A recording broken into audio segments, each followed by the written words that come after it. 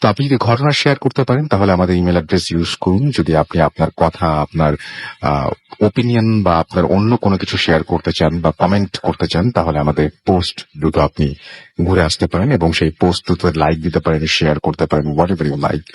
এবং আশা করছি যে পুরোটার সময় আমাদের সাথে কানেক্টেড থাকবেন।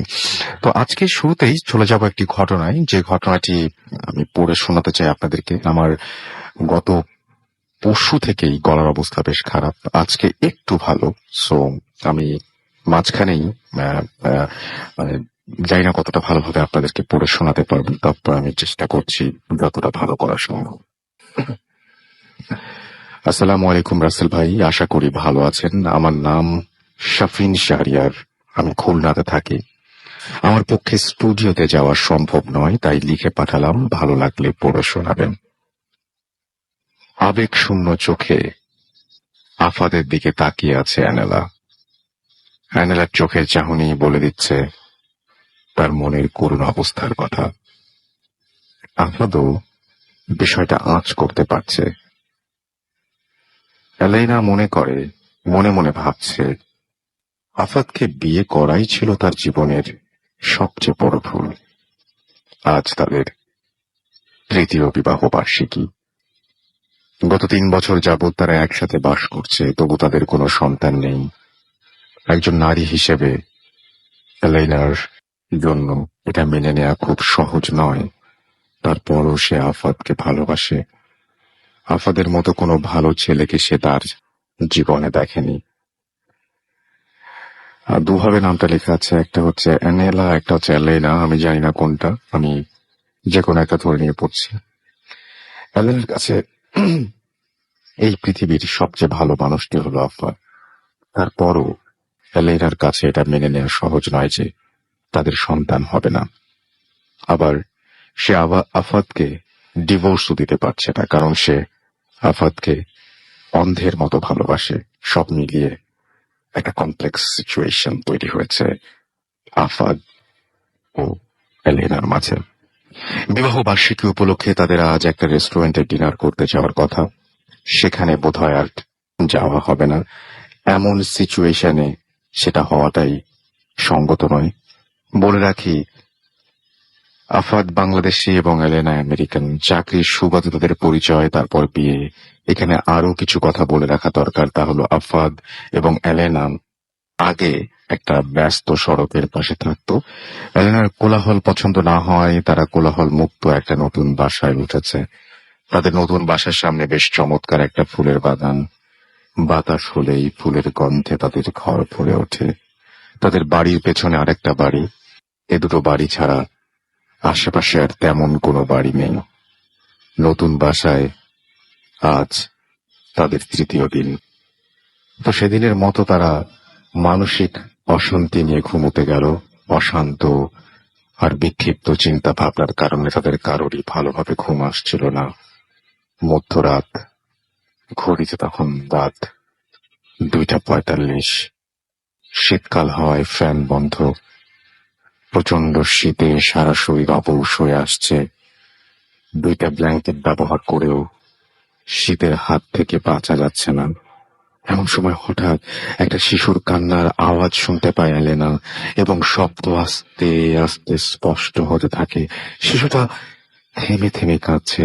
মনে হচ্ছে কাঁদতেও শিশুটার বেশ কষ্ট হচ্ছে।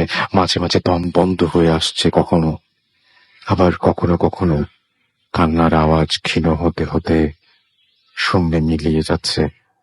পরক্ষণেই আওয়াজটা আবারও স্পষ্ট হয়ে উঠছে।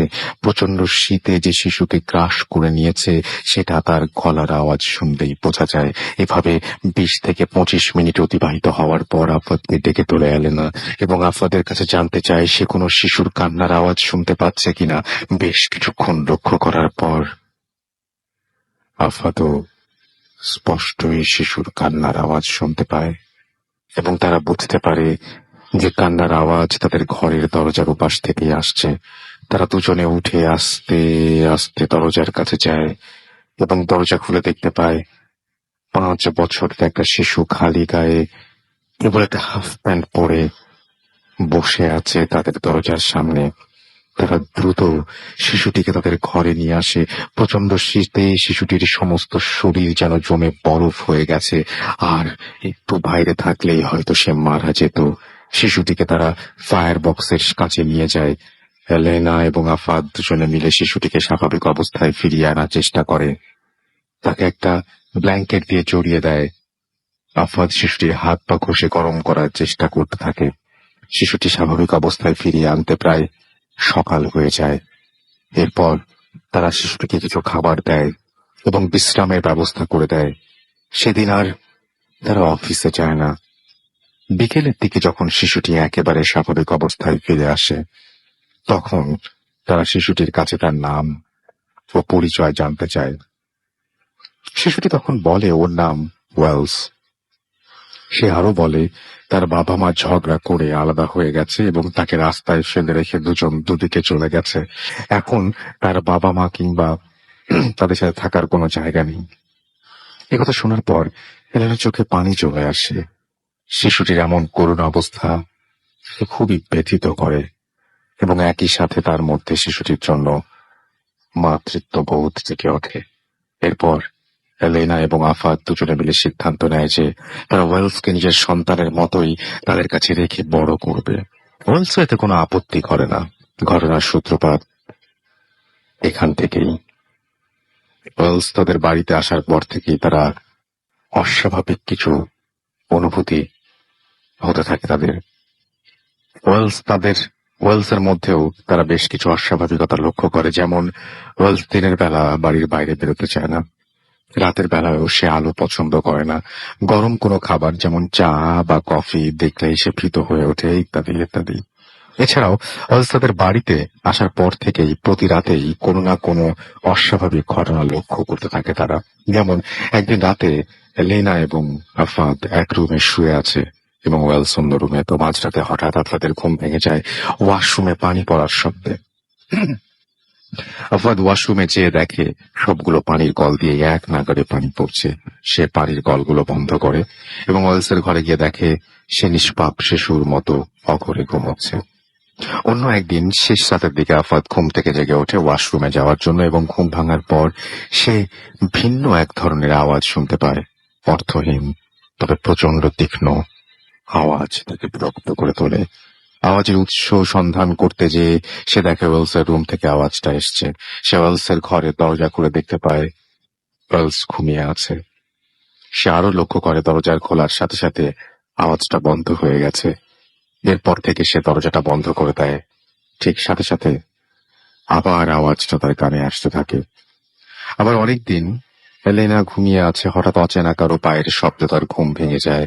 ঘুম থেকে জেগে উঠে লাইটের আবছা আলোয় সে দেখতে পায় তার ঘরে একটা ছায়া হেঁটে বেড়াচ্ছে, কিন্তু ছায়াটা কিসের এলেনা সেটা বুঝতে পারে না। আর ছায়া তো পড়ে তো কোনো বাস্তবিক অস্তিত্বশীল বস্তুর, কিন্তু সেই ছায়াটার অস্তিত্বশীল কোনো বস্তুর সন্ধান মেলে না। কেবল ছায়াটাই স্থানান্তরিত হচ্ছে এক জায়গা থেকে অন্য জায়গায়। ওরকম চলতেই থাকে একের পর এক। প্রতি রাতেই প্রায় কিছু না কিছু ঘটছেই, কিন্তু এতদিন লেনা বা আফাদ কেউ কাউকে এ বিষয়ে কিছু বলেনি। একদিন তারা উভয়েই এই বিষয়গুলো নিয়ে আলোচনা করে এবং তাদের বাড়ির মালিকের সাথে বিষয়টা নিয়ে কথা বলতে যায়। তাদের বাড়ির মালিক তাদের জানায় যে যেটা জানায় সেটা তারা জানার জন্য প্রস্তুত ছিল না। তাদের বাড়ির মালিক বলে যে এখন তারা যে ফ্ল্যাটে বাস করছে সে ফ্ল্যাটে তাদের আগে অন্য এক দম্পতি বাস করত। তো কোনো একদিন ওই দম্পতির মাঝে কোনো একটা বিষয় নিয়ে বনিবনা না হওয়ায় তারা আলাদা থাকার সিদ্ধান্ত নেয়। কিন্তু সেক্ষেত্রে সমস্যা হয়ে দাঁড়ায় তাদের 5 বছরের শিশু সন্তান। তখন তারা তাদের সন্তানকে হত্যা করে ওই ফ্ল্যাটে রেখে তালা বন্ধ করে দুজন দুদিকে চলে যায়। এরপর 5 বা 7 দিন পর ওই ফ্ল্যাট থেকে যখন প্রচন্ড দুর্গন্ধ আসছিল, তখন ফ্ল্যাটের তালা ভেঙে একটা 5 বছরের বয়সের শিশুর গলা কাটা লাশ পাওয়া যায়। এরপর লেনা তাদের বাড়ির মালিককে আফাদকে তাদের বাড়ির মালিক একটা পত্রিকা এনে সেই শিশুটির লাশের ছবি দেখায়। তখন আফাদ ও লেনা প্রচন্ড থমকে যায়। ছবিটিতে যে শিশুটির লাশ দেখা যাচ্ছে সেটি তাদের ঘরের এতদিন ধরে অবস্থান করা ওয়েলসের লাশ। তারা তাদের চোখকে বিশ্বাস করতে পারছিল না, তারা কি করতে পারবে বুঝতে পারছিল না। পত্রিকায় শিশুটির লাশের ছবি দেখার পর এলেনা সেন্সলেস হয়ে যায়। তখন আফাদ তাকে বাড়ির মালিকের কাছে সব ঘটনা খুলে বলে, এবং এরপর আফাদ ও এলেনা তাদের ঘরে ফিরে অলস্কার দেখতে পায়নি। প্রকৃতিতে কখনো কখনো এমন অনেক ঘটনা ঘটে যা ব্যাখ্যা করা আমাদের পক্ষে সম্ভব হয়ে ওঠে না, আবার তা অবিশ্বাসও করা যায় না। এমন একটি ঘটনা এটি। মোহাম্মদ শফিন শাহরিয়ার, খালিশপুর, খুলনা। এরপর তিনি শেয়ার করেছেন তার ফোন নাম্বারটি, যেটি আমি শেয়ার করতে চাচ্ছি না বা পাচ্ছিও না। তো যাই হোক, থ্যাংক ইউ ভেরি মাচ। আমার মনে হয় যে আপনার ঘটনাটি যেটা আপনি মানে লিখে পাঠিয়েছেন সেটি সবার ভালো লেগেছে, এবং এরকম অদ্ভুত ঘটনা মাঝে মাঝে আমরা সম্মুখীন হই এবং কি করব বুঝতে পারি না। যে ঘটনাগুলো খুব অবিশ্বাস্য লাগে, এবং যে ঘটনাগুলো বিশ্বাস করা আমার জন্য মাঝে মাঝে কঠিন হয়ে যায়, আপনার জন্য বা আপনাদের জন্য তো কঠিন হওয়াটাই স্বাভাবিক। তবে যতটুকু জানি যে আমাদের এখানে প্রকাশনা যারা ঘটনা পাঠান তারা নিজের দায়িত্ব নিয়ে এই ঘটনা পাঠান, এবং আমি সব সময় বলি যে বিশ্বাস করা বা না করা এটা সম্পূর্ণ আপনার ব্যাপার, তাতে আমাদের কোনো আপত্তি নেই, কোনো সমস্যা নেই। আমরা চলে যাচ্ছি আমাদের প্রথম অতিথির কাছে। আপনার নামটা প্লিজ একটু বলবেন, তারপর আপনার ঘটনায় যাব। আসসালামু আলাইকুম রাসেল ভাই, আমি তালহা পুরান ঢাকা মিটফোর্ড থেকে আসছি। তো রাসেল ভাই, আজকে আমি যে ঘটনাটা শেয়ার করতে চাচ্ছি সেটা আমার নিজের অভিজ্ঞতার না, তবে যে আমার কাছে শেয়ার করছে, আমার সাথে শেয়ার করছে, সে তার এই ব্যাপারটা হচ্ছে লাইফের সবচেয়ে বাজে এক্সপিরিয়েন্স ছিল। তাই সে আমার কাছে বলছে যে যদি তুমি পারো তাহলে সেটা ভূতে ফেমে গিয়ে বইলো। তো রাসেল ভাই, ঘটনাটা যদিও শুরু হয়েছে 2010 থেকে, তবে এটার মেন কাহিনীটা 2012-তে ছিল। আমি 2010 থেকেই বলি। তবে যে ঘটনা যেখানে ঘটছে সেই এক্সাক্ট জায়গাটা আমাকে বলতে না করছে, তবে এতটুকু আমি বলতে পারি যে ঘটনাটা বিবাড়িয়াতে ঘটছিল। তো ব্রাহ্মণবাড়িয়া, রাইট? জি, ব্রাহ্মণবাড়িয়া। তো রাসেল ভাই, এতটুকু ক্লিয়ার করে রাখি যে বিবাড়িয়াতে ছিল। আপনি বলেন। জি। তো রাসেল ভাই, বিবাড়িয়াতে ছিল হচ্ছে তার মানে আমার ফ্রেন্ডের দাদির বাড়ি ছিল। তো দাদির বাড়িতে যে শুধু তার দাদা দাদি থাকতেন এমন না, ফ্যামিলিটা মোটামুটি একটু বড় ছিল, তার চাচা চাচিরাও থাকতেন, আরো অনেক আত্মীয় স্বজনরা থাকতেন। আচ্ছা। তো 2010-এ তার চাচা আর চাচি দুইজনই 2 মাস গ্যাপে মারা যান। পরস্পর 2 মাস গ্যাপে মারা যান। তো তার চাচার ব্যাপারে একটা কথা বলে রাখি যে রাসেল ভাই, আমি যখন এর আগের বার আসছিলাম তখন একটা কথা আপনার কাছে শেয়ার করছিলাম যে যারা ধরেন তাবিজ টাবিজ করে বা জিন বশ করে রাখতে পারে বা কুফরি কালাম করে, এদের উপর জিনদের একটা জিদ কাজ করে, যেটার কারণে তারা চায় তাদের ক্ষতি করতে, বাট তাদের ক্ষতি করতে না পারার কারণে তাদের বংশের বা গোষ্ঠীর কারোর একজনের টার্গেট করে তাদের ক্ষতি করার চেষ্টা করে।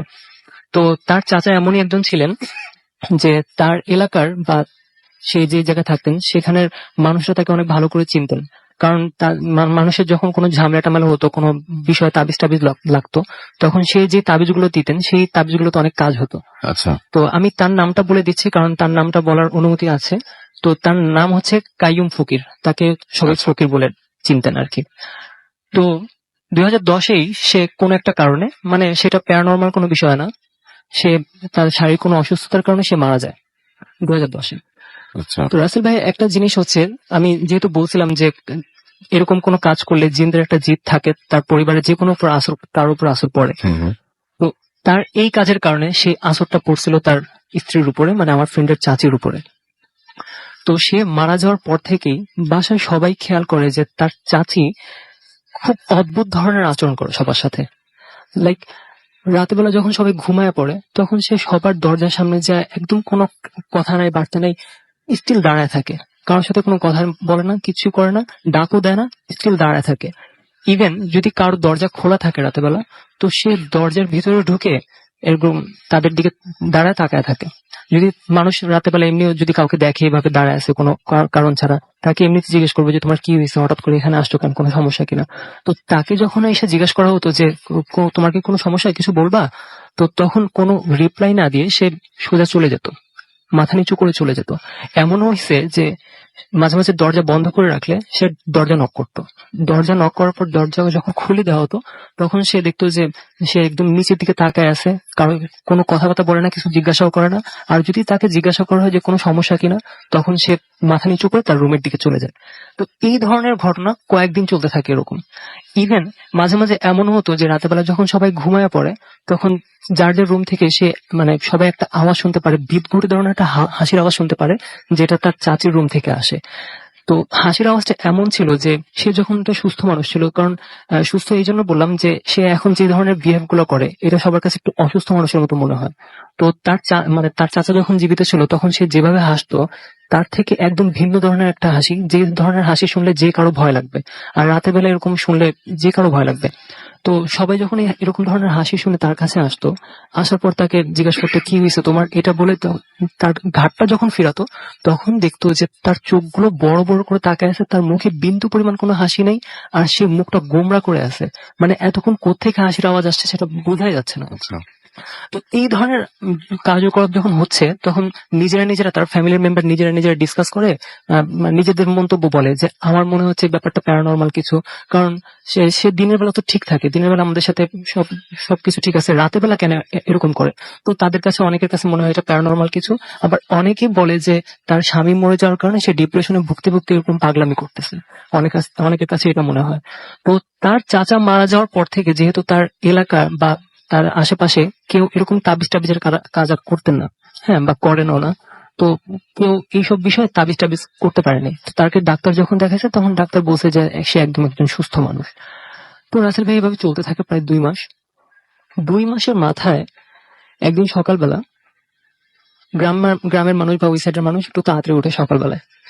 তো সবাই যখন ঘুম থেকে উঠে যায়, উঠে যাওয়ার পর তার রুম নক করে যে এত লেট কেন হচ্ছে উঠতে। তো রুম নক করার পর ভিতর থেকে কোনো আওয়াজ না আসাতে তারা একটু ঘাবড়ে যায়, কি ব্যাপার, কি হলো।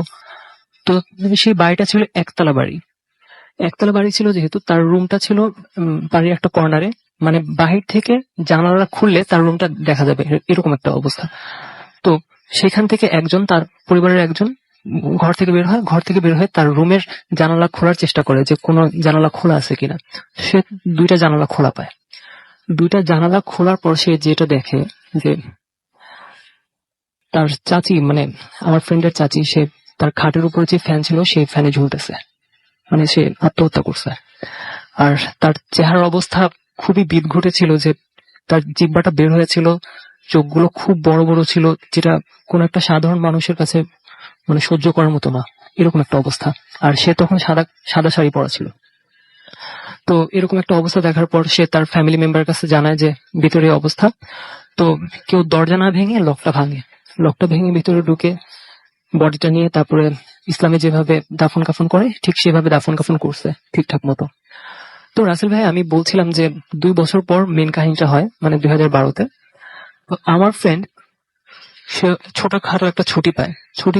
ছুটি পাওয়ার পর সে চায় যে দেশের বাড়িতে একবার ঘুরে আসি, তার দাদির বাড়িতে।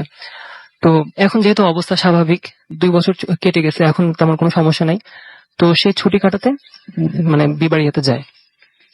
তো রাসেল ভাই, তখন ছিল হচ্ছে আপনার বৃষ্টির মৌসুম, এটা বলে রাখলাম।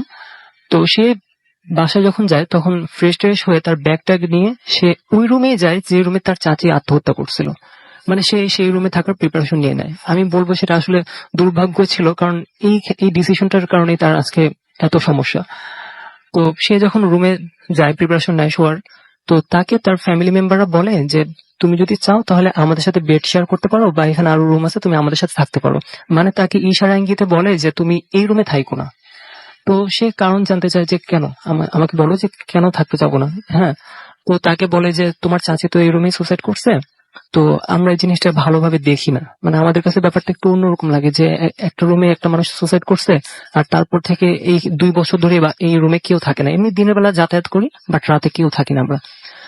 তো সে বলছে, মানে একটু মজা করে বলছে যে ব্যাপারটা কি এমন যে একটা মানুষ মারা গেছে, তারপর আমি তার রুমে আসলাম আর সে কবর থেকে উঠে যে আমাকে বলবে যে তুমি খাট থেকে নাও, এটা আমার রুম, এরকম বলবে নাকি? মানে এরকম মজা করে বলছে, মানে সে এই রুমেই থাকবে ডিসিশন নিছে। তো সেদিন রাতের বেলার কাহিনী রাসেল ভাই, যে রাতের বেলা রাত 4টার দিকে কারেন্ট চলে এসেছিল, কারেন্ট ছিল না। আর আমি বলছিলাম রাসেল ভাই যে বৃষ্টির মৌসুম ছিল। তো সে তার বাম কাত হয়ে শুয়েছিল, আর তার তার এই পাশে ছিল, মানে যেদিকে শুয়েছিল তার উল্টা দিকে ছিল তার রুমের গেট। তো রুমের গেট 2 বছর ধরেই মানে লকটা ভাঙা, লকটা ঠিক করে নেই। তো সে খেয়াল করে যে কারেন্ট যাওয়ার কিছুক্ষণ পরেই গেটটা হালকা খুলে গেলে যতটুকু আওয়াজ হয়, মানে হালকা আওয়াজ করে যতটুকু খুলে গেলে যেরকম আওয়াজ হয় সেরকম আওয়াজ হয়েছে। তো সে ভাবে যে যেহেতু বাইরে বৃষ্টি বাদল হচ্ছে, বাতাস আছে, হয়তো বাতাসে হালকা খুলছে। সে তো ওই কাত হয়ে শুয়ে আছে। তো সে তেমন একটা মাথায় নেয় নাই। 5 মিনিট পরে সে কাঁচটা ফিরায়, মানে ডান কাত হয়। ডান কাত হয়ে সে দেখতে পারে যে গেটের যতটুকু ফাঁকা ছিল, যতটুকু ফাঁকা আর কি করছে, ততটুকু ফাঁকাতে কেউ একজন স্টিল দাঁড়ায় আছে, আর সেই মানুষটা তার দিকে এক নজরে তাকায় আছে। সে অল্প আলোতে যতটুকু বুঝতে পারছে যে সেটা একটা দেহ, সেটা একটা মানুষ, আর সে আমার দিকে তাকায় আছে এক নজরে। তো সে চেহারাটা বোঝার জন্য উঠে বসে। উঠে বসার পর সে বাহিরের অল্প আলোতে যতটুকু খেয়াল করে যে তাকায় আছে তার চেহারাটা মানে একটা খুনখুনে বুড়ি মানুষের চেহারা যেরকম হয়, মানে চোখের নিচে অনেক ভাঁজ, মুখের মধ্যে অনেক ভাঁজ, এই যেরকম টাইপের হয় ঠিক সেরকম টাইপের একটা মুখ, মানে খুব ভয়ানক এরকম আর কি। তো সে যেহেতু চিনতে পারতেছে না অন্ধকারে, তো তার বুড়ি মানুষ মনে হওয়ার কারণে সে ভাবছে এটা হয়তো আমার দাদি হবে। তো সে তার দাদি মানে সম্বোধন করে তার ডাকছে যে দাদি আপনার কিছু লাগবে না, কিছু বলবেন। তো সেখান থেকে কোনো আওয়াজ আসে না, কোনো রিপ্লাই আসে না। সেই জিনিসটা আস্তে করে এত করে চলে যায়। তো সে যেহেতু কনফিউশনে ছিল যে আমি কি দাদিকে দেখছি না অন্য কাউকে দেখছি, এই কনফিউশনে থাকার কারণে সে সকালবেলা আর এটা নিয়ে কাউকে জিজ্ঞাসা করে নাই, মানে তার মনে হয় না যে আমার মনে হয় ব্যাপারটা শেয়ার করা উচিত বা আমি এমন কিছু দেখছি, সেটা সে মনে করে নাই। তো স্বাভাবিক সেদিনটা ভালোই চললো। তারপরের দিন রাতের কাহিনী, রাসেল ভাই, সে যে খাটটাতে ছিল, খাটটা মোটামুটি একটু বড় ছিল, যেহেতু এখানে একটা ফ্যামিলি থাকতো এক সময়। তো সে খাটের এক কর্নারে শুয়েছিল। তো সে আবার একটু বাম কাতে শোয়ার একটু বদ অভ্যাস আছে, সে বাম কাতে শুয়েছিল। তো সে খেয়াল করে রাতের মাঝখানে হঠাৎ করে তার পাশ থেকে তার কানের মধ্যে এমন আওয়াজ আসতেছিল যে তার পাশ থেকে কেউ চুপি চুপি করে হাসতেছে, মানে এমন হাসির আওয়াজ যেটা পাশে কেউ শুয়ে থাকলে সে যদি অল্প অল্প আওয়াজে হাসে তাহলে সে তার কানে গেলে যেরকম লাগবে সেরকম হাসির আওয়াজ পাচ্ছিল। মানে সে ক্লিয়ার যে এটা আমার পাশে থেকে আসতেছে। তো সে কাঁধটা ফিরায়। কাঁধ যখন ফিরায় তখনই দেখতে পারে যে খাটের থেকে এক পল্টি মেরে যদি কেউ নিচে পড়ে যায় সেরকম ভাবে কোন একটা বডি খাটের থেকে পড়ে গেল, সেটা একদম ক্লিয়ারলি দেখছে। তো সেইটা দেখার সাথে সাথে হামাগুড়িতে খাটের কর্নারে গিয়ে নিচের দিকে তাকাইছে যে কে পড়ছে, কে আসছে, কিন্তু সেখানে কেউ ছিল না। তখন সে ভয় পাইছে যে আমি নিশ্চিত কিছু দেখছি যে একটা বোর খেয়ে পড়ে গেছে নিচে, কিন্তু এখন কেউ নাই কেন? তার মানে কি গতকালকে যা দেখছি এখন যা দেখছি তা সবই কি খারাপ কিছু? তার মনে অনেক বিভিন্ন প্রশ্ন জাগতেছিল। তো সে রাতে আর ঘুমায় নাই। সকালবেলা তার দাদির কাছে গেছে, দাদির কাছে গিয়ে বলছে যে দাদি, আমি গতকালকে এমন একটা জিনিস দেখছি যে আমার গেটের সামনে এসে দাঁড়ায় থাকে, আবার গতকালকে মানে শুয়ে থাকা অবস্থা দেখছি যে কেউ আমার খাট থেকে পড়ে গেলো, আবার আমার কানে হাসির আওয়াজ আসতেছে। এগুলো কি খারাপ কিছু নাকি আমার ভুল? তো তার দাদি বুঝতে পারছে, কারণ তার চাচি যখন মারা যাওয়ার আগে কিন্তু এইসব কাহিনী করতো, মানুষের প্রত্যেকটা ফ্ল্যাটের মানে রুমের দরজার সামনে এসে দাঁড়ায় থাকতো, ভেতর থেকে হাসির আওয়াজ আসতো। তো তার দাদি যখন বুঝতে পারছে যে এইসব কাহিনী এখন তার নাতি ফেস করতেছে, তো তখন সে বুঝতে পারছে যে তাকে যদি আমি বলে দিই যে এটা আসলে খারাপ কিছু তাহলে সে বাসা থাকবে না, সে বেড়াতে আসছে, যদি আমি তাকে এগুলো বলে দিই তাহলে সে চলে যাবে। আর যেহেতু এই জিনিসগুলো আমাদের কারো কোনো ক্ষতি করতেছে না, তাই আমি না বলাটাই ভালো মনে করছি। তো তার দাদি এইসব কোনো কারণে তাকে আর বলে নাই, তাকে কোনো ভাবে ভুলায় ভালায় তারপরে পাঠিয়ে দিছে যে এমন কিছু না, তোমার মনের ভুল। তো রাসেল ভাই, তারপরের দিন কিছু হয় নাই, কিন্তু সে যেদিন ঢাকায় চলে আসবে রাতেবেলা ব্যাগটা গোছায় রাখছে, সকালবেলা ঢাকায় চলে আসবে, সেদিনই হয়েছিল তার সবচেয়ে বাজে এক্সপিরিয়েন্স লাইফের। রাসেল ভাই, বলে রাখি যে সেদিনও কারেন্ট চলে গেছিল, তবে সেদিন সে ঘুমায় ছিল, ঘুমায় থাকা অবস্থায় কারেন্ট চলে গেছে। রাসেল ভাই, একটা কথা বলি যে আমরা যখন ঘুমায় থাকি তখন আমাদের শরীরে যদি কেউ হালকা টাচ করে আমাদেরকে জাগাতে চায়, আমাদের ঘুম যতই ভারী হোক আমরা কিন্তু এতটুকু বুঝতে পারি যে কেউ ডাকতেছে। আমরা উঠি বা না উঠি আমরা বুঝতে পারি যে কেউ আমাদেরকে ডাকতেছে। তো সে খেয়াল করে যে তাকে কেউ স্পর্শ করছে, আর সে সোজা হয়ে শুয়েছিল, তার বুকে আর পেটে কেউ স্পর্শ করতেছে, সেটা পুরোপুরি ফিল করতেছে সে। তো সে এটা করার পর সে চোখটা খুলে তাকাইছে।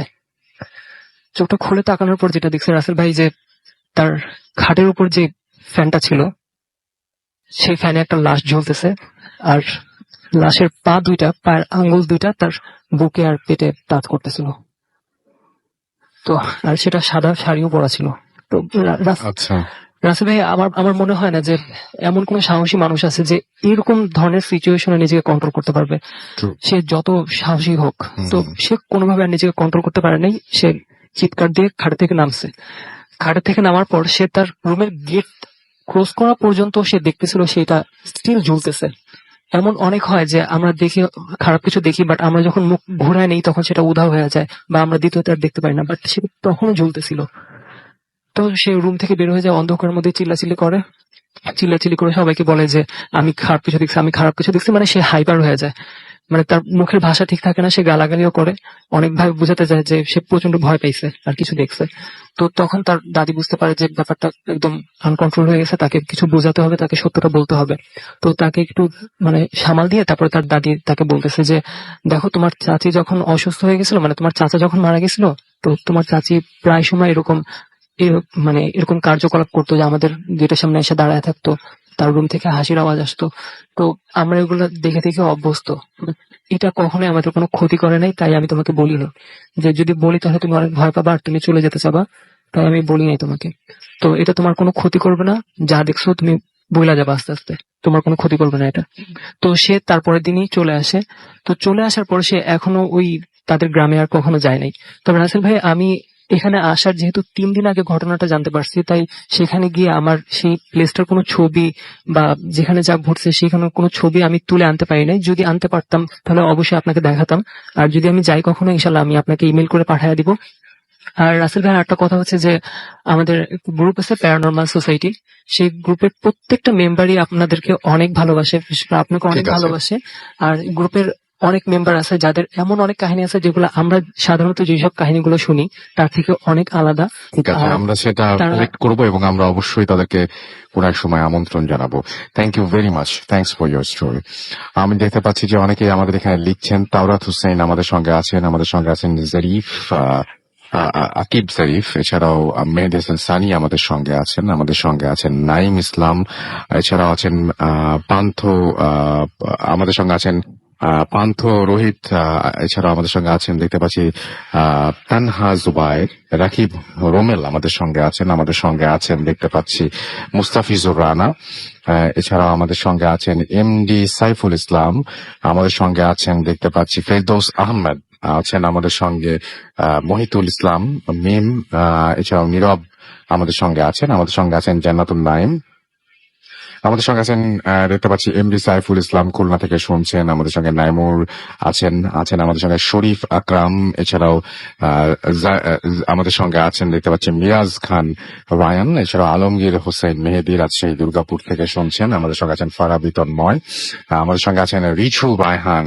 আছেন আমাদের সঙ্গে দেখতে পাচ্ছি সানভি আহমেদ আমাদের সঙ্গে আছেন, এছাড়াও নাফিউর আলম সাদ, এছাড়াও ইয়াসিন সিরাজ শাফিন আমাদের সঙ্গে আছেন মনির সাগর, দোহার নবাবগঞ্জ থেকে শুনছেন, আতিকুর রহমান আমাদের সঙ্গে আছেন, হালকা শীতে ভূতে প্রেম তার কাছে দারুণ লাগছে লিখেছেন মোহাম্মদ দিশান আমাদের সঙ্গে আছেন এমডি আস্তুজ্জামান, সুজন হুসাইন আমাদের সঙ্গে আছেন দেখতে পাচ্ছি এমডি আঞ্জুম আসাফ, তৌফিকুল ইসলাম আমাদের সঙ্গে আছেন দেখতে পাচ্ছি জিলান হাসনাত কিয়াস নাটোর থেকে শুনছেন তিনি, আমাদের সঙ্গে আছেন রৌফ ইসলাম রাজশাহী থেকে শুনছেন, অনিন্দ আমাদের সঙ্গে আছেন দেখতে পাচ্ছি জাবির, এছাড়াও আমাদের সঙ্গে আরো অনেকেই আছেন দেখতে পাচ্ছি আমাদের যে ভোতাফেমের পেজটা আছে সেই পেজে। আর আমাদের যে রেডিও ফুর্তির পেজটা হচ্ছে সেখানে দেখতে পাচ্ছি যে আমাদের সঙ্গে আছেন অয়ন দাস, এমডি পল্লব হুসাইন আমাদের সঙ্গে আছেন মোহাম্মদ প্রেম, এছাড়াও হিমেল আমাদের সঙ্গে আছেন খালিদ খান, ইহসানুল হক রিফাত আমাদের সঙ্গে আছেন, ফরিন আছেন আমাদের সঙ্গে আছেন এম এইচ জীবন, রাফি আহমেদ আনন্দ আমাদের সঙ্গে আছেন রাজভি, এছাড়াও এমডি আলম আমাদের সঙ্গে আছেন ফরিদপুর থেকে অ্যাপ দিয়ে শুনছেন তিনি, আমাদের সঙ্গে আছেন MH ইমন, এছাড়াও আছেন সানাম তেরি, আমাদের সঙ্গে আছেন মেহেদি, এছাড়া আমাদের সঙ্গে আছেন দেখতে পাচ্ছি রাজভি চৌধুরী সহ আরো অনেকে। তো আপনারা যারা আমাদের এই পেজটিতে আসতে চান তারা চলে আসতে পারেন www.facebook.com/ready.foodie অ্যাড্রেসে। এছাড়াও আমাদের যে ইমেল করতে চান যদি যারা, তারা হচ্ছে আমাদের ইমেল অ্যাড্রেসটাও লিখে রাখতে পারেন বা জেনে নিতে পারেন, bhotfm@radio40.fm, which is BHOOTFM@radio4.fm। আপনার নাম, ঠিকানা এবং ফোন নাম্বার সহ আপনার জীবনে ঘটে যাওয়া বা আপনার জানা সেরা ঘটনা লিখে পাঠিয়ে দিন আমাদের কাছে। ঘটনার শুরুতে অবশ্যই উল্লেখ করুন যে ঘটনাটি আপনি স্টুডিওতে এসে শেয়ার করতে চান, নাকি আপনি চান আপনার ঘটনা আমরা পড়ে শোনাই। যারা দেশের বাইরে আছেন তারা সরাসরি অডিও ক্লিপ পাঠিয়ে দিতে পারেন আমাদের কাছে বা লিখেও পাঠাতে পারেন। আমরা যেটা করব সেটা হচ্ছে এখন একটা ছোট্ট বিরতিতে যাব, বিরতির পরে আবারও ফিরে আসবো। সেই পর্যন্ত আমাদের সঙ্গেই থাকুন। স্টে টিউনড রেডিও ফুর্তি, রেড এফএম এন্ড ডু ফুর্তি। Bhoot FM. The night comes alive with Ramin Form.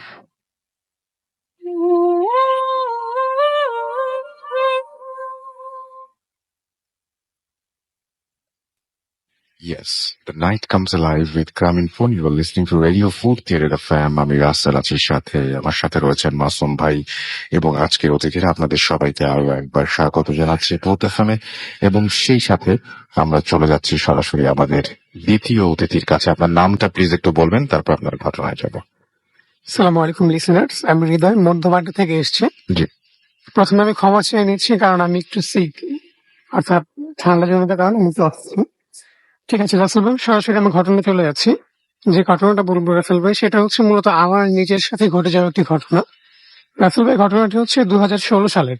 আচ্ছা। অর্থাৎ ওই সময়টাতে আমি মূলত অর্থাৎ জব করতাম, লাইক ডাটা এন্ট্রি টাইপের একটি জব করতাম আমেরিকান আচ্ছা। কোম্পানি। তো জব করাকালীন সময়, অর্থাৎ ওই দিনটা ছিল শুক্রবার। তো অফিস থেকে আমাকে বলা হয় যে আজকে কাজের একটু প্রেশার আছে, আপনি কাইন্ডলি 1 ঘন্টা আজকে কাজ একটু বেশি করে যান। আচ্ছা। ওই দিনটাতে আমার স্যালারি দেওয়ার কথা ছিল, সো সেক্ষেত্রে আমি ভাবলাম তাহলে আমি স্যালারিটা নিয়ে একেবারে যাই। তো আমি তাদের অফারে রাজি হই। সুপারভাইজার বলবে, আমি রাজি হয়েছি, ঠিক আছে আমি আজকে 1 ঘন্টা কাজ আমি বেশি করে যাব। তো কাজ করা প্রায় শেষ। আমি কিছুক্ষণ আগে আমি বের হয়ে আসি, অর্থাৎ আমি তার সাথে কথা বলে স্যালারিটা নিয়ে আমি বের হয়ে আসি। বললাম ভাই আজকে পসিবল হচ্ছে না আমার পক্ষে, আমি বাসা যেতে চাচ্ছি। তো উনি আমাকে স্যালারি দিয়ে উনি বললো যে ঠিক আছে আপনি তাহলে আজকে চলে যান। তো অলমোস্ট 12টা বেজে গেছে, 10 বা 15 মিনিট বাকি। ওই সময় আমি বের হয়ে আসি। তো জায়গাটা ছিল মূলত কোকাকোলাতে, অর্থাৎ বিশ্ব রোড এবং নতুন বাজারের মাঝামাঝি যেই জায়গাটা, ওই জায়গাটা ছিল। তো সেখান থেকে বের হয়ে আসার পরে আমি মূলত গাড়ির জন্য ওয়েট করছিলাম। তো এত রাতে বাসটা খুবই রেয়ার, বাস বা অন্যান্য যান চলাচল খুবই রেয়ার, যেহেতু আমি বার্থডে আসবো। তো আমি তেমন কোনো গাড়ি পাচ্ছিলাম না। বাট হঠাৎ করে আমি এখানে দেখলাম যে একটা রিক্সা আসছে, দূর থেকে দেখলাম একটা রিক্সা আসছে। বলে রাখি সাধারণত ওই রোডে, অর্থাৎ এমন সময় রিক্সা খুবই রেয়ার, মানে খুব দেখাই যায় না রিক্সা। দিনের বেলা তো রিক্সা খুব রেয়ার, যেহেতু রোডটা প্রায় হাইওয়ের মতো। তো আমি রিক্সাটা দেখে মনে মনে প্রথমে খুশি হই যে যাক, বাসায় যাওয়ার জন্য খুব ভালোই হলো। পরে আমি রিক্সাওয়ালাকে দেখে মূলত একটু অবাক হয়েছি যে রিক্সাওয়ালা ছিল এরকম, লাইক ওনার মাথায় একটা কালো পাগড়ি পরা ছিল, প্লাস চোখগুলো সুরমা, অর্থাৎ সুরমা রেয়া ছিল চোখে, এবং দেখতেও খুব সুদর্শন ছিল রিক্সা। আচ্ছা। আচ্ছা ঠিক আছে। পরবর্তীতে আমি ওনাকে বললাম যে মামা বার্থডে যাবেন কিনা। তো উনি বললো ঠিক আছে আমি যাবো। পরে আমি ভাড়ার কথা জিজ্ঞেস করাতে উনি আমাকে বলে যে মামা আপনি যা খুশি আমাকে আপনি দিয়ে, কোনো সমস্যা নেই। পরে আমি বললাম দেখেন, আপনি যদি সোজা যান তাহলে আপনাকে পুলিশ কিন্তু অবশ্যই ধরবে এত রাতের বেলা। তো বিকল্প কোনো পদ্ধতি কিংবা রাস্তা থাকলে আপনি কাইন্ডলি ওইখান দিয়ে যান, দুজনের জন্য বেটার। তো উনি অন্য একটা রাস্তা দিয়ে যায়, যদিও ওই রাস্তা আমি কখনো চলাচল করিনি, রাস্তাটা আমার কাছে আননোন। তো উনি অন্য একটা রাস্তা দিয়ে যায়। তো যাওয়ার সময় মূলত ওইখানে, অর্থাৎ জায়গাটার নাম আমি সঙ্গত কারণে উল্লেখ করতে চাচ্ছি না, ওই রাস্তা দিয়ে যাওয়ার সময় ওখানে একটা কবরস্থান পড়ে, পারিবারিক কবরস্থান, বাট মোটামুটি অনেক বড় সাইজের কবরস্থানই। তো সেটা হচ্ছে ওইখান দিয়ে যাওয়ার কবরস্থানের একটু দূর থেকে আমরা দুইজনে দেখতে পাই যে কিছু লোক ওই কবরস্থানের মধ্যেই একটি লাশ নিয়ে প্রবেশ করছে। তো এটা দেখার পর আমি খুব অবাক হই পার্সোনালি যে এত রাত্রিবেলা লাশ নিয়ে প্রবেশ করছে। তো উনি ওই রিক্সাওয়ালা আমাকে বললো যে মামা হয়তো জানাজা হবে, তাহলে চলো আমরা জানাজাটা পড়ি তারপর আমরা যাই। তারপর আমি বললাম যে জানাজা হবে, দেখেন এত রাত্রিবেলা এই কবরস্থানে যাবো, ব্যাপারটা কেমন না। আমি বললাম মা প্রয়োজন নেই, চলো আমরা চলে যাই। তো উনি আমাকে খুব জোরাজোরি করছিল যে ভাইয়া জানাজাটা আমরা পড়েই যাই, ভালো হবে, সোয়াবের কাজ। উনি আমাকে বারবার করে বলছে। তো আমি ওনাকে বারবার বুঝাচ্ছি যে ভাই দেখেন দরকার নেই, বাসায় হচ্ছে গিয়ে আমার মা ওয়েট করছে, এর মধ্যে অনেক রাত হয়ে গেছে অলরেডি, এখন আর প্রয়োজন নেই, চল না আমরা চলে যাই। তো উনি বললো ভাই দেখেন একটা জানাজা তো আমরা পড়ে যাই, সমস্যা নেই, জানাজাটা পড়েই জাস্ট আমরা বের হয়ে চলে আসবো। তো ওনার খুব জোরাজোরিতে আমি রিক্সা থেকে নামি, তারপর আমরা কবরস্থানে ইন করি। তো ভিতরে আমরা প্রবেশ করি, তো রিক্সাওয়ালা আমার একটু পিছনে ছিল। তো ভিতরে যাওয়ার পরে ওই লোকগুলো লাশ নিয়ে আমাদের সামনে ছিল। তো ওনারা আস্তে আস্তে সামনের দিকে এগোচ্ছে, আমরা পিছনে ছিলাম। তো সেখানে গিয়ে দেখলাম যে অলরেডি ওইখানে কবর খোঁড়াই ছিল, জাস্ট জানাজা পরে দাফন করা হবে। তো ওখানে লাশ রাখা হয় এবং জানাজার জন্য দাঁড়ানো হয়। তো আমিও জুতো খুলে আমিও জানাজার জন্য দাঁড়াই, নিয়ত করে জানাজার জন্য আমি দাঁড়িয়ে যাই। রিক্সাওয়ালা আমার পাশেই ছিল, বা পাশে, উনিও দাঁড়ায়। তো জানাজা শুরু হয়, জানাজা আমরা পড়ি। পড়ার পরে আমি দেখলাম যে ওনারা লাশ নিয়ে মানে সামনের দিকে যাচ্ছে লাশ কবরে নামানোর জন্য। তো আমি পিছন থেকে খুব ট্রাই করছিলাম লাশটাকে একটু দেখার জন্য যে কার লাশ কিংবা কি অবস্থা, আমি একটু দেখার ট্রাই করছিলাম। বাট ওই লোকগুলো খুব লম্বা ছিল, যার জন্য আমি ওই অর্থাৎ ওই কবরে আমার চোখ যাচ্ছিল না। আর আমি ট্রাই করে যাচ্ছিলাম যে কোনোভাবে একটু দেখা যায় কি। তো এক ট্রাই করে এক অবস্থায় আমি একটু পিছন দিকে তাকাই ওই রিক্সাওয়ালাকে খোঁজার জন্য, বাট আমি পিছনে তাকিয়ে আমি ওই রিক্সাওয়ালাকে দেখতে পাচ্ছি না। তো এটা দেখার পর আমার একটু অবাক লাগে। তো আমি একটু পিছন দিকে যাই, অর্থাৎ গেট যেদিকে, আমি একটু ওই দিকে একটু যাই যে উনি কি বাইরে গেল কিনা। তো পিছনে বড় বড় দুটো গাছ আছে, তো আমি গাছ দুটো ক্রস করে মোটামুটি গেটের পাশে যাই, মানে গেটের কাছাকাছি যাই আর কি। তো ওইখানে যাওয়ার পর আমি ওকে দেখতে পাই না। ওখানে যাওয়ার পর আমি দেখতে পাই না, আমি খুব খুঁজছিলাম ওকে যে ও কোথায় গেল। আমি ওকে দেখতে পাই না, দেন আমি পিছনে দেখি। আসলে পিছনে তাকানোর পর আমি যে বিষয়টা দেখি এটা সত্যি আমি ওই সময়টা এক্সপেক্ট করিনি আমি এই বিষয়টা। আমি দেখতে পাই ওখানে আসলে কেউ ছিল না। ইভেন যে কবর খোঁড়া ছিল ওই মাটির জায়গাটা ওটা একদম লেভেল জায়গা, শুধুমাত্র ওই খাটিয়াটাই ওখানে ছিল, তাছাড়া অন্য কোনো লোক আমি সেখানে আর দেখতে পাই না। তো এটা দেখার পরে স্বাভাবিকভাবে আমি অন্যরকম হয়ে যাই ওই সময়টাতে।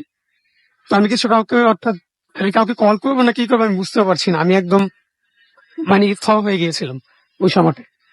তো পরবর্তী সময়ে আমার হাতে ছোট একটা শপিং ব্যাগ ছিল, ব্যাগটা হাত থেকে আমার পড়ে যায়, হাত পা কাঁপছিল, ব্যাগটা আমার হাত থেকে পড়ে যায়। তো আমি ব্যাগটা হাতে নিয়ে আমি গেটের দিকে যাওয়া শুরু করি। তো গেটের কাছাকাছি যখন আমি যাই, তখন ওই জায়গায় অর্থাৎ ওই কবরস্থানে গেটের সামনে একজন গার্ডকে দেখতে পাই। যেখানে দুইজন গার্ড সবসময় থাকে আমি শুনেছিলাম, সেখানে আমি একজন গার্ডকে দেখতে পাই। তবে যখন আমি কবরস্থানে প্রবেশ করি তখন আমি কাউকে দেখতে পাই, গেটটাও খোলা ছিল। তো ওইখানে আমি দেখতে পাই এবং আমি সেখানে গিয়ে তখন দেখি যে গেটটা বাইরে থেকে তালা লাগানো, অর্থাৎ কবরস্থানে ঢোকার অর্থাৎ প্রবেশ করার যে পথ ওই বাইরে থেকে, অর্থাৎ ওই জায়গা থেকে গেটটা তালা লাগে।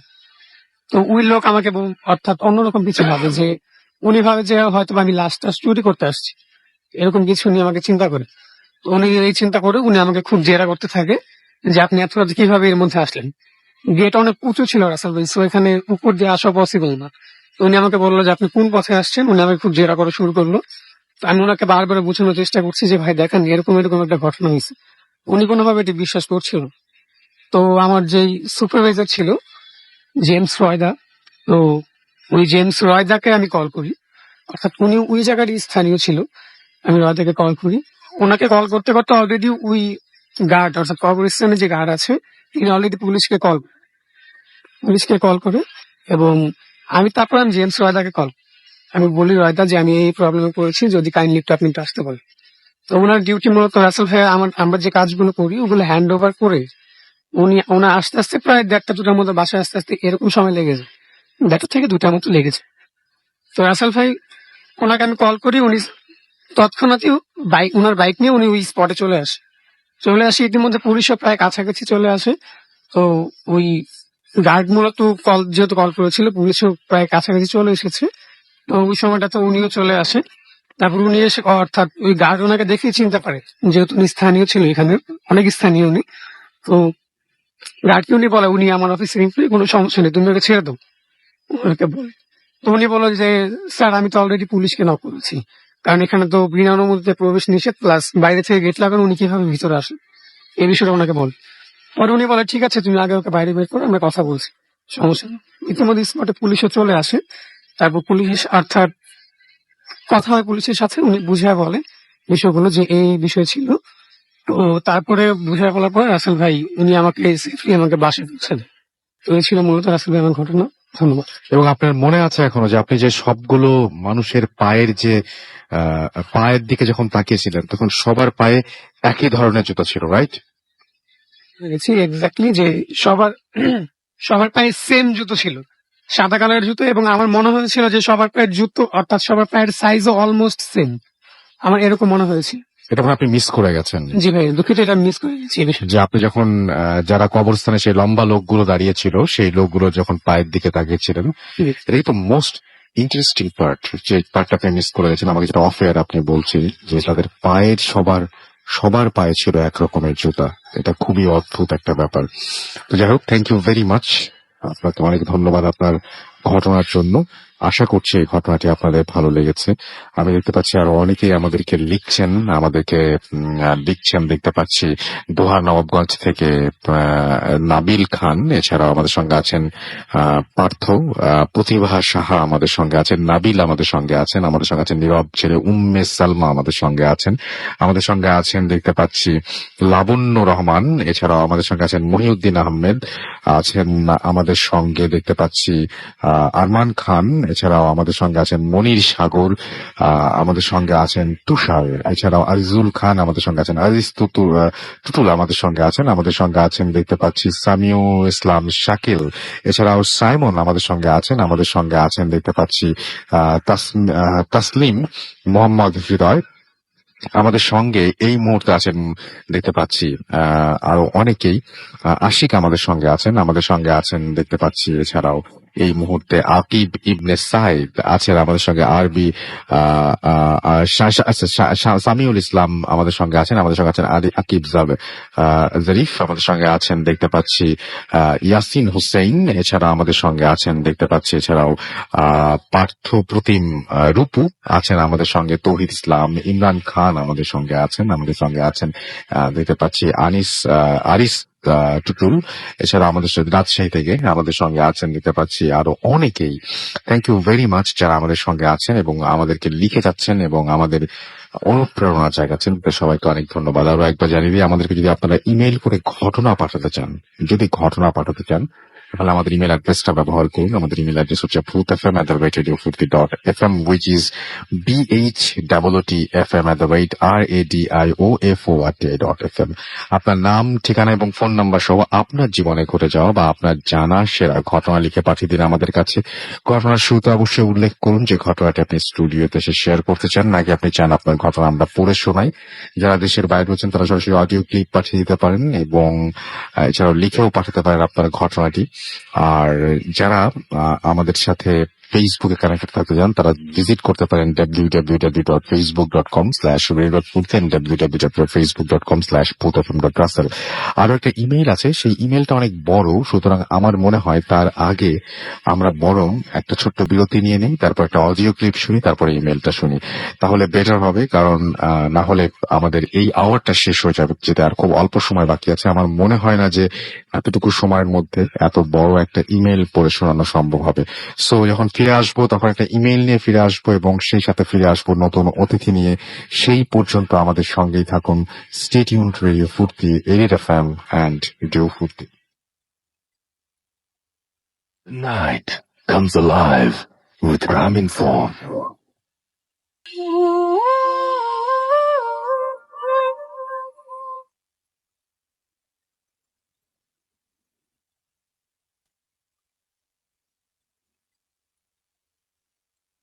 আসসালামু আলাইকুম রাসেল ভাই, আশা করি আপনি ভালো আছেন, কারণ আপনি সবসময় ভালোর দলেই থাকেন। আমার নাম তুষি, আমি বর্তমান নরওয়েতে আছি। এখানে আমি মাস্টার্স করছি Norwegian university of science and টেকনোলজিতে। আমি অনেক দিন ধরেই ভাবছি রেকর্ডিং পাঠাবো হতে ফেলে, কারণ আমার পক্ষে স্টুডিওতে এসে ঘটনা শেয়ার করা কোনোভাবেই সম্ভব না। আমি ভূত এফএম সে 2010 থেকে শুনে আসছি, শুরু থেকেই বলতে গেলে। হার্ডলি আমি মিস করি এটার এপিসোড গুলো, হয়তো লাইভে শোনা হয় না, কিন্তু রেকর্ডেড ভার্জন গুলো আমি সবসময় শুনে থাকি। আমি যে ব্যাপারটা বা যে ঘটনাটা শেয়ার করতে যাচ্ছি এটা হচ্ছে স্বপ্ন কেন্দ্রিক। আহ আমি আসলে যখন আমার বয়স 16 বছর, তখন থেকে আমি একটা খুবই অদ্ভুত স্বপ্ন দেখি। সেই স্বপ্নটার ব্যাখ্যা আমি হয়তো কিছুটা মোটামুটি দাঁড় করাতে পেরেছি, কিন্তু যদি এরকম কেউ থাকেন, থেকে থাকেন, বা আপনি বা যারা ভূতিষ্ঠরা আছে তারা যদি এই স্বপ্নের কোনো ব্যাখ্যা দিতে পারত, তাহলে আমার আমার জন্য আসলে অনেক ভালো হতো। কারণ আহ এই স্বপ্নটা আমি অনেকটা লুসিড ড্রিম টাইপের। কারণ আমরা জানি যে লুসিড ড্রিম হচ্ছে এমন ধরনের স্বপ্ন যা আপনি যখন দেখবেন, অনেকটা আপনি আপনার ফরচুন টেলিং বা আপনি আপনার ভবিষ্যৎটা কিছুটা হলেও সে স্বপ্নে একটা আভাস আপনি পাবেন, এবং তার কিছুদিন পরই দেখা যাবে যে সেই স্বপ্নে আপনি যা দেখেছেন হয়তো পুরোপুরি ডাইরেক্টলি ওই অর্থে বাস্তবে না ঘটলেও অনেকটা মিল পাওয়া যায়। তো আমার যখন বয়স 16 বছর, আমি তখন স্বপ্নটা প্রথম দেখি। তো এটা 2006 বা 2007 দিকের ঘটনা। আমি আসর আসর ওয়াক্ত হয়ে যায় আর কি। ওই সময়টাতে আমি ঘুমোচ্ছিলাম, টায়ার্ড ছিলাম, কারণ তখন ও লেভেলস জন্য অনেক কোচিং করতে হতো, বাসায় টিচার্স আসতো। তো ওই দিন আমি ওই টাইমটুকু ফ্রি ছিলাম, ভাবলাম যে একটু রেস্ট নিই, ঘুমোচ্ছিলাম। তো ঘুমের মধ্যে হঠাৎ মানে একটু পরে আমার ঘুমটা ভেঙে যায়। ভেঙে যেয়ে আমি দেখি যে পড়ন্ত বিকেল আর কি। তো ঘুম ভেঙে যাওয়ার পরে আমার ঠিক বেডের অপোজিট সাইডে আমার ড্রেসিং টেবিলে ওখানে আমি দেখতে পাই আমার ছোট বোন দাঁড়িয়ে আছে, দাঁড়িয়ে এক দৃষ্টিতে আমার দিকে তাকিয়ে আছে, এক দৃষ্টিতে।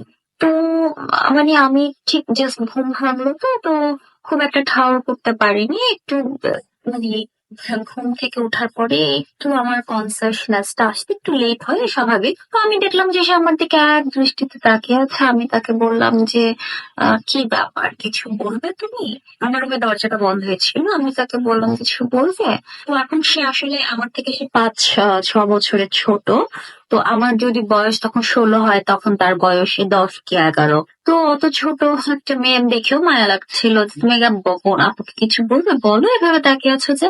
হঠাৎ করে রাসেল ভাই, বলা নেই কওয়া নেই, হঠাৎ করে বিদ্যুৎ গতিতে বাতাসের বেগে আমার ছোট বোন ঠাম করে আমার চোখের সামনে চলে আসলো। মানে সে ছিল ড্রেসিং টেবিলের কর্নারে দাঁড়িয়ে, মানে অনেকটা আমরা হরর মুভিতে যেভাবে দেখি, ঠাম করে আমার চোখের সামনে চলে আসলো। এসে ঠাস করে আমার ঠিক ফোকাল কর্ডটা যেটা ওখানে ঠাস করে হাত দিয়ে ধরে ফেললো, জোরে প্রেসার দিল। তারপর আমার বুকের উপরে আরেকটা হাত দিয়ে চেপে আমার একদম মুখের উপরে শেষ। তার চেহারাটা টোটালি চেঞ্জ। আমার বোনের চেহারা কিন্তু না, তার চেহারাটা টোটালি চেঞ্জ। সে আমার দিকে তাকিয়ে খুব বিচ্ছিরি বিদ্ভুত একটা হাসি। আমি এ ধরনের হাসি কোনোদিন কোনো হরর ফিল্ম বলেন বা কোথাও বলেন, আমি এত বাজে হাসি কোনোদিন দেখিনি। টোটালি একটা ডেভিল, একটা স্যাটান আমি বলবো।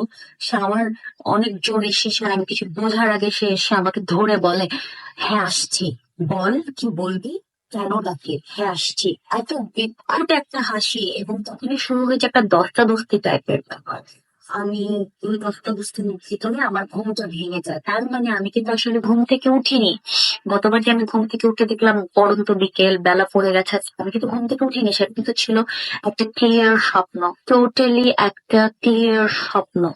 আমি যখন ঘুম থেকে উঠি, আমি দেখি আমার পুরো বডি ঘামে ভেজা, আমার শ্বাস পড়ছে অনেক বড় বড় করে, আমার মানে অক্সিজেন পেতে আমার কষ্ট হচ্ছে। আমি দৌড় দিয়ে আমার রুমের দরজাটা খুলে আমি আম্মুর কাছে একদম কিচেনে আমি গিয়ে বলি, আমার বোন কোথায়? আমার বোনের নাম হচ্ছে মিষ্টি।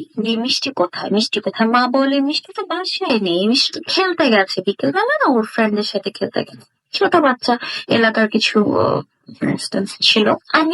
আমার মা বললো যে কি হলো তোমার? তারপরে আমি জাস্ট যেভাবে পারলাম, আসলে আমার কথা জড়িয়ে যাচ্ছিল, আমি খুব অবস্থা খারাপ ছিল। মা বললো যে কি হলো, এই অবস্থা কেন তোমার? আমি তখন বললাম যে এরকম এরকম। তখন মা বললো যে এক্ষুনি যাও, অজু করো, নামাজ পড়ো, সূরা ইয়াসিন পাঠ করো, দেখো। কারণ তুমি যেটা দেখেছো স্বাভাবিক, এখন এটার তো কোনো ব্যাখ্যা আমি দিতে পারবো না, কিন্তু আল্লাহ যা দেখান ভালো দেখান, তুমি দোয়া করো। এবং এই ধরনের স্বপ্ন যাতে তোমার কোনোদিন না হয় বা না আসে, তুমি দোয়া করে ঘুমাবা। মানে যেটা যেভাবে মুরব্বীরা যেভাবে বলে আর কি, সেসব কথা বলো। কিন্তু ওটা কিন্তু আমার প্রথমবার দেখা, বাট শেষবার না। তারপরে কালে ক্রমে বা সময়ের সাথে সাথে কিন্তু আমি এই জিনিসটা, এই ধরনের স্বপ্ন আমি দেখতে থাকি রিপিটেশন।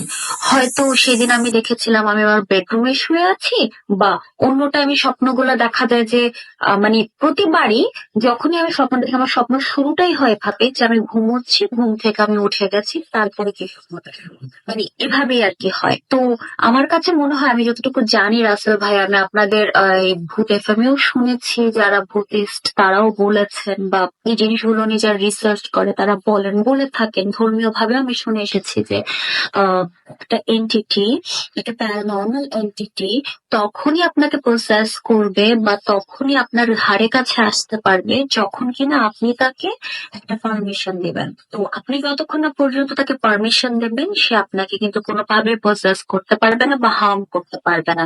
এখন এই পারমিশনটা তো ভাইয়া অনেক ধরনেরই হয়, যেমন ইশারা করে কাউকে ডাকা, বা সন্ধ্যাবেলা চুল খুলে বের হওয়া, মানে মেয়েদের যাদের লম্বা চুল আছে, বা সন্ধ্যার পরে মাছ, বাইরে মাছ বসে বসে মাছ ধুয়ে সেই মাছের পানিটা বাইরে ফেলে দেওয়া, বা যখন পোশাক পাল্টানো হয় সেই টাইমেও অনেক এন্টিটি আমার দিকে তাকিয়ে থাকে। তো বা কোন একটা সিচুয়েশন অতিরিক্ত ভয় পেয়ে যাওয়া, মানে উইক সোল বা উইক হার্ট গুলাকে কিন্তু এন্টিটি খুব ভালো মতো পজেস করতে পারে বা ধারে কাছে ঘেঁষতে পারে।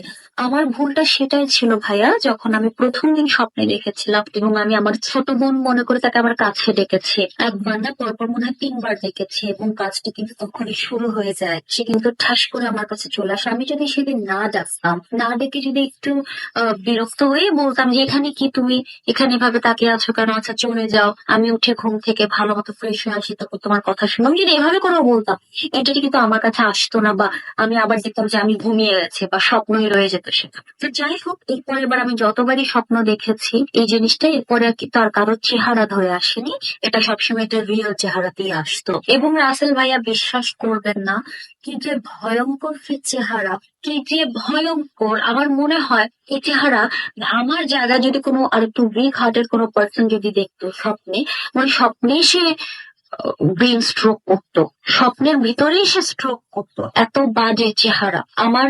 মানে আমি যখন তাকে স্বপ্নে দেখি, এবং প্রতিবারই আমি স্বপ্নে এটাই দেখি যে সে আসে আমার কাছে, এসে সে আমার সাথে কমিউনিকেট করতে চায়, এবং তার কমিউনিকেশনের প্রথম যে সে ভাষাটা ইউজ করে, সে ভাষাটা কিন্তু ভাই আমি বুঝি না এটা কোন ভাষা, কোনোদিন শুনিনি, না ইংলিশ, না হিব্রু, না উর্দু, না অ্যারাবিক, না কোনো ভাবে, মানে কোনো ভাষা আমি বুঝি না। সে একটা কোনো একটা বিকৃত ভাষায় সে আমার সাথে যোগাযোগ করতে চায়, কিন্তু এবং তখন আমি তাকে দেখে এত বেশি ভয় পাই। এবং আমরা যারা মুসলমান, আমরা তো ঘুমের মধ্যেও ভয় পেলে বা যেভাবে আমরা তো দোয়া পড়া শুরু করি, আমি প্রতিবারই তাকে দেখে দোয়া পড়া শুরু করি।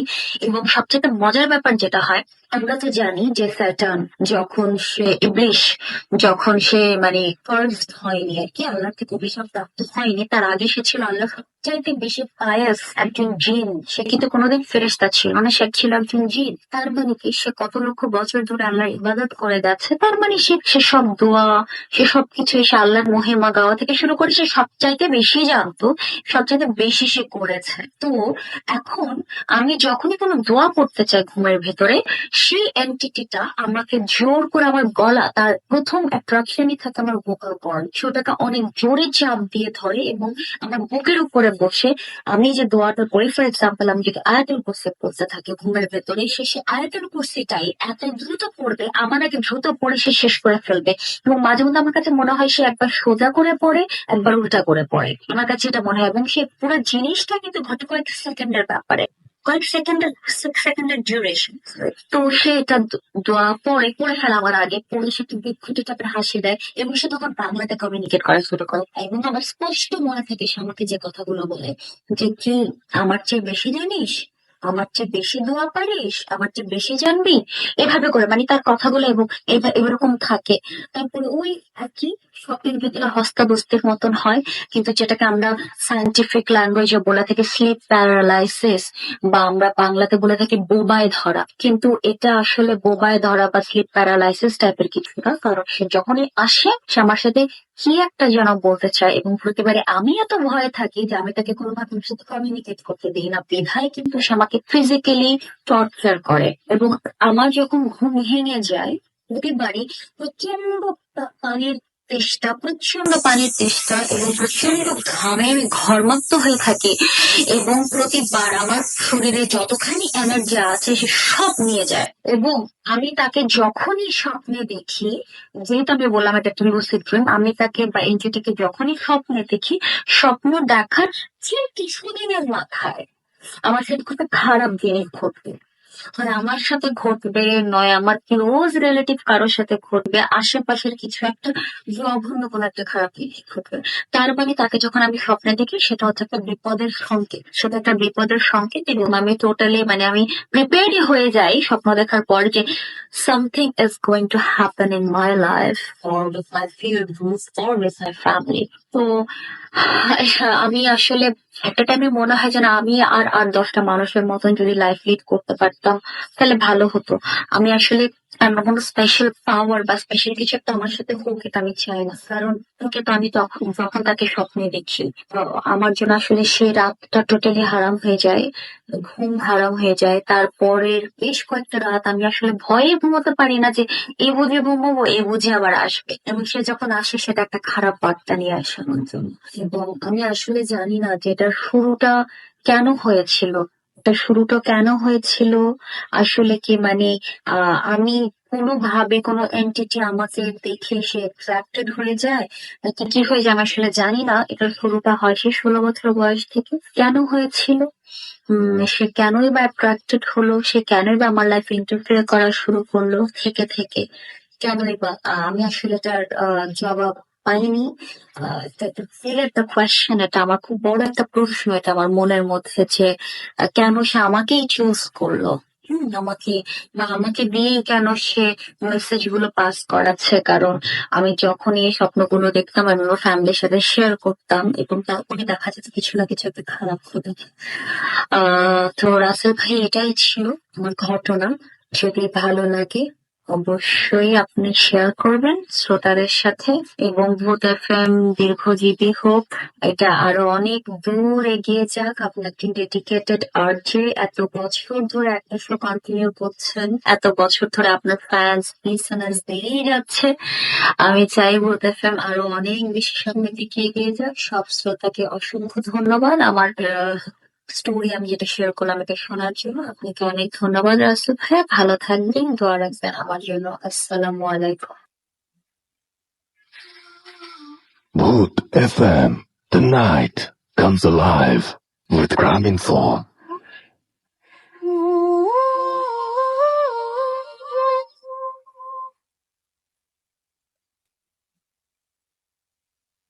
Yes, the night comes alive with Graminphone. You're listening to Radio Food Theater FM. আমি রাসেল আছি সাথে, আমার সাথে হচ্ছে মাসুম ভাই এবং আজকের অতিথিরা, এবং আপনাদের সবাইকে আরো একবার স্বাগত জানাচ্ছি ভূত এফএম। শুরুতে জানিয়ে দিই যে আপনারা যদি আমাদেরকে ঘটনা পাঠাতে চান তাহলে যেটা করতে হবে সেটা হচ্ছে আমাদের ইমেল অ্যাড্রেসটা মনে রাখতে হবে। আমাদের ইমেল অ্যাড্রেস হচ্ছে bhootfm@radiofoodie.fm, which is BHWTFM@radiofoot.fm। আপনার নাম, ঠিকানা এবং ফোন নাম্বার সহ আপনার জীবনে ঘটে যাওয়া বা আপনার জানা সেরা ঘটনা শেয়ার করুন আমাদের সাথে। আর যারা দেশের বাইরে রয়েছেন তারা সরাসরি অডিও ক্লিপ পাঠিয়ে দিতে পারেন আমাদের কাছে। যারা ঘটনা শেয়ার করবেন এবং স্টুডিওতেও আসতে চাইবেন তারা অবশ্যই আপনাদের ফোন নাম্বার এবং ফুল অ্যাড্রেস এ দুটো শেয়ার করবেন আমাদের সাথে, যাতে আমরা পরবর্তীতে আপনাদের সাথে কন্ট্যাক্ট করতে পারি। এটা একটু মাথায় রাখবেন। আমাদের দুটো ফেসবুক পেজ রয়েছে, www.facebook.com/radio.foodie ভেরিফাইড পেজ, এখানে চলে আসতে পারেন। আর সেখানে আসলে আপনি ভূত এফএম এর যে অ্যাড্রেসটা সেটাও পেয়ে যাবেন, এবং ভূত এফএম এর ইমেল যেটা হচ্ছে আমার পেজের লিংক সেটা হচ্ছে www.facebook.com/bhootfm.russell। তো যাই হোক, আমরা আবারও ঘটনায় ফিরে যাব, এবং এই মুহূর্তে আমার কাছে আরো একটি ইমেইল আছে, যে ইমেলটা আমি আপনাদের এখন পড়ে শোনাতে চাই।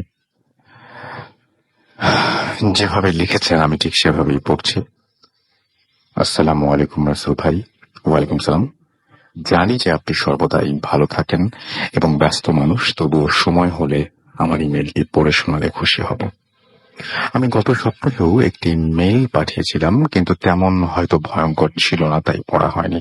আমি শুরুতে আপনাকে থ্যাঙ্কস জানতে চাই এই কারণে যে আপনার ইমেলটা যে পড়া হয়নি, এই জন্য আপনি আবার ঘটনা বদলে আবারও ইমেল করেছেন, এবং এটাই করা উচিত। এবং আপনার যদি কোনো ঘটনা সিলেক্টেড না হয় তাহলে আপনি আরো একটা ঘটনা পাঠান, যে ঘটনাটি এই ঘটনার চাইতে ভালো, এবং সেই ঘটনাটি আপনি চাইলে আপনার নিজের জীবনে না ঘটলে আপনি কালেক্ট করতে পারেন, কারো কাছ থেকে শুনে সে ঘটনা পাঠাতে পারেন। তবে একটা জিনিস মাথায় রেখে, ঘটনাটি অবশ্যই সত্যি হতে হবে এবং ঘটনাটি কোনো জায়গায় পাবলিশড হওয়া যাবে না।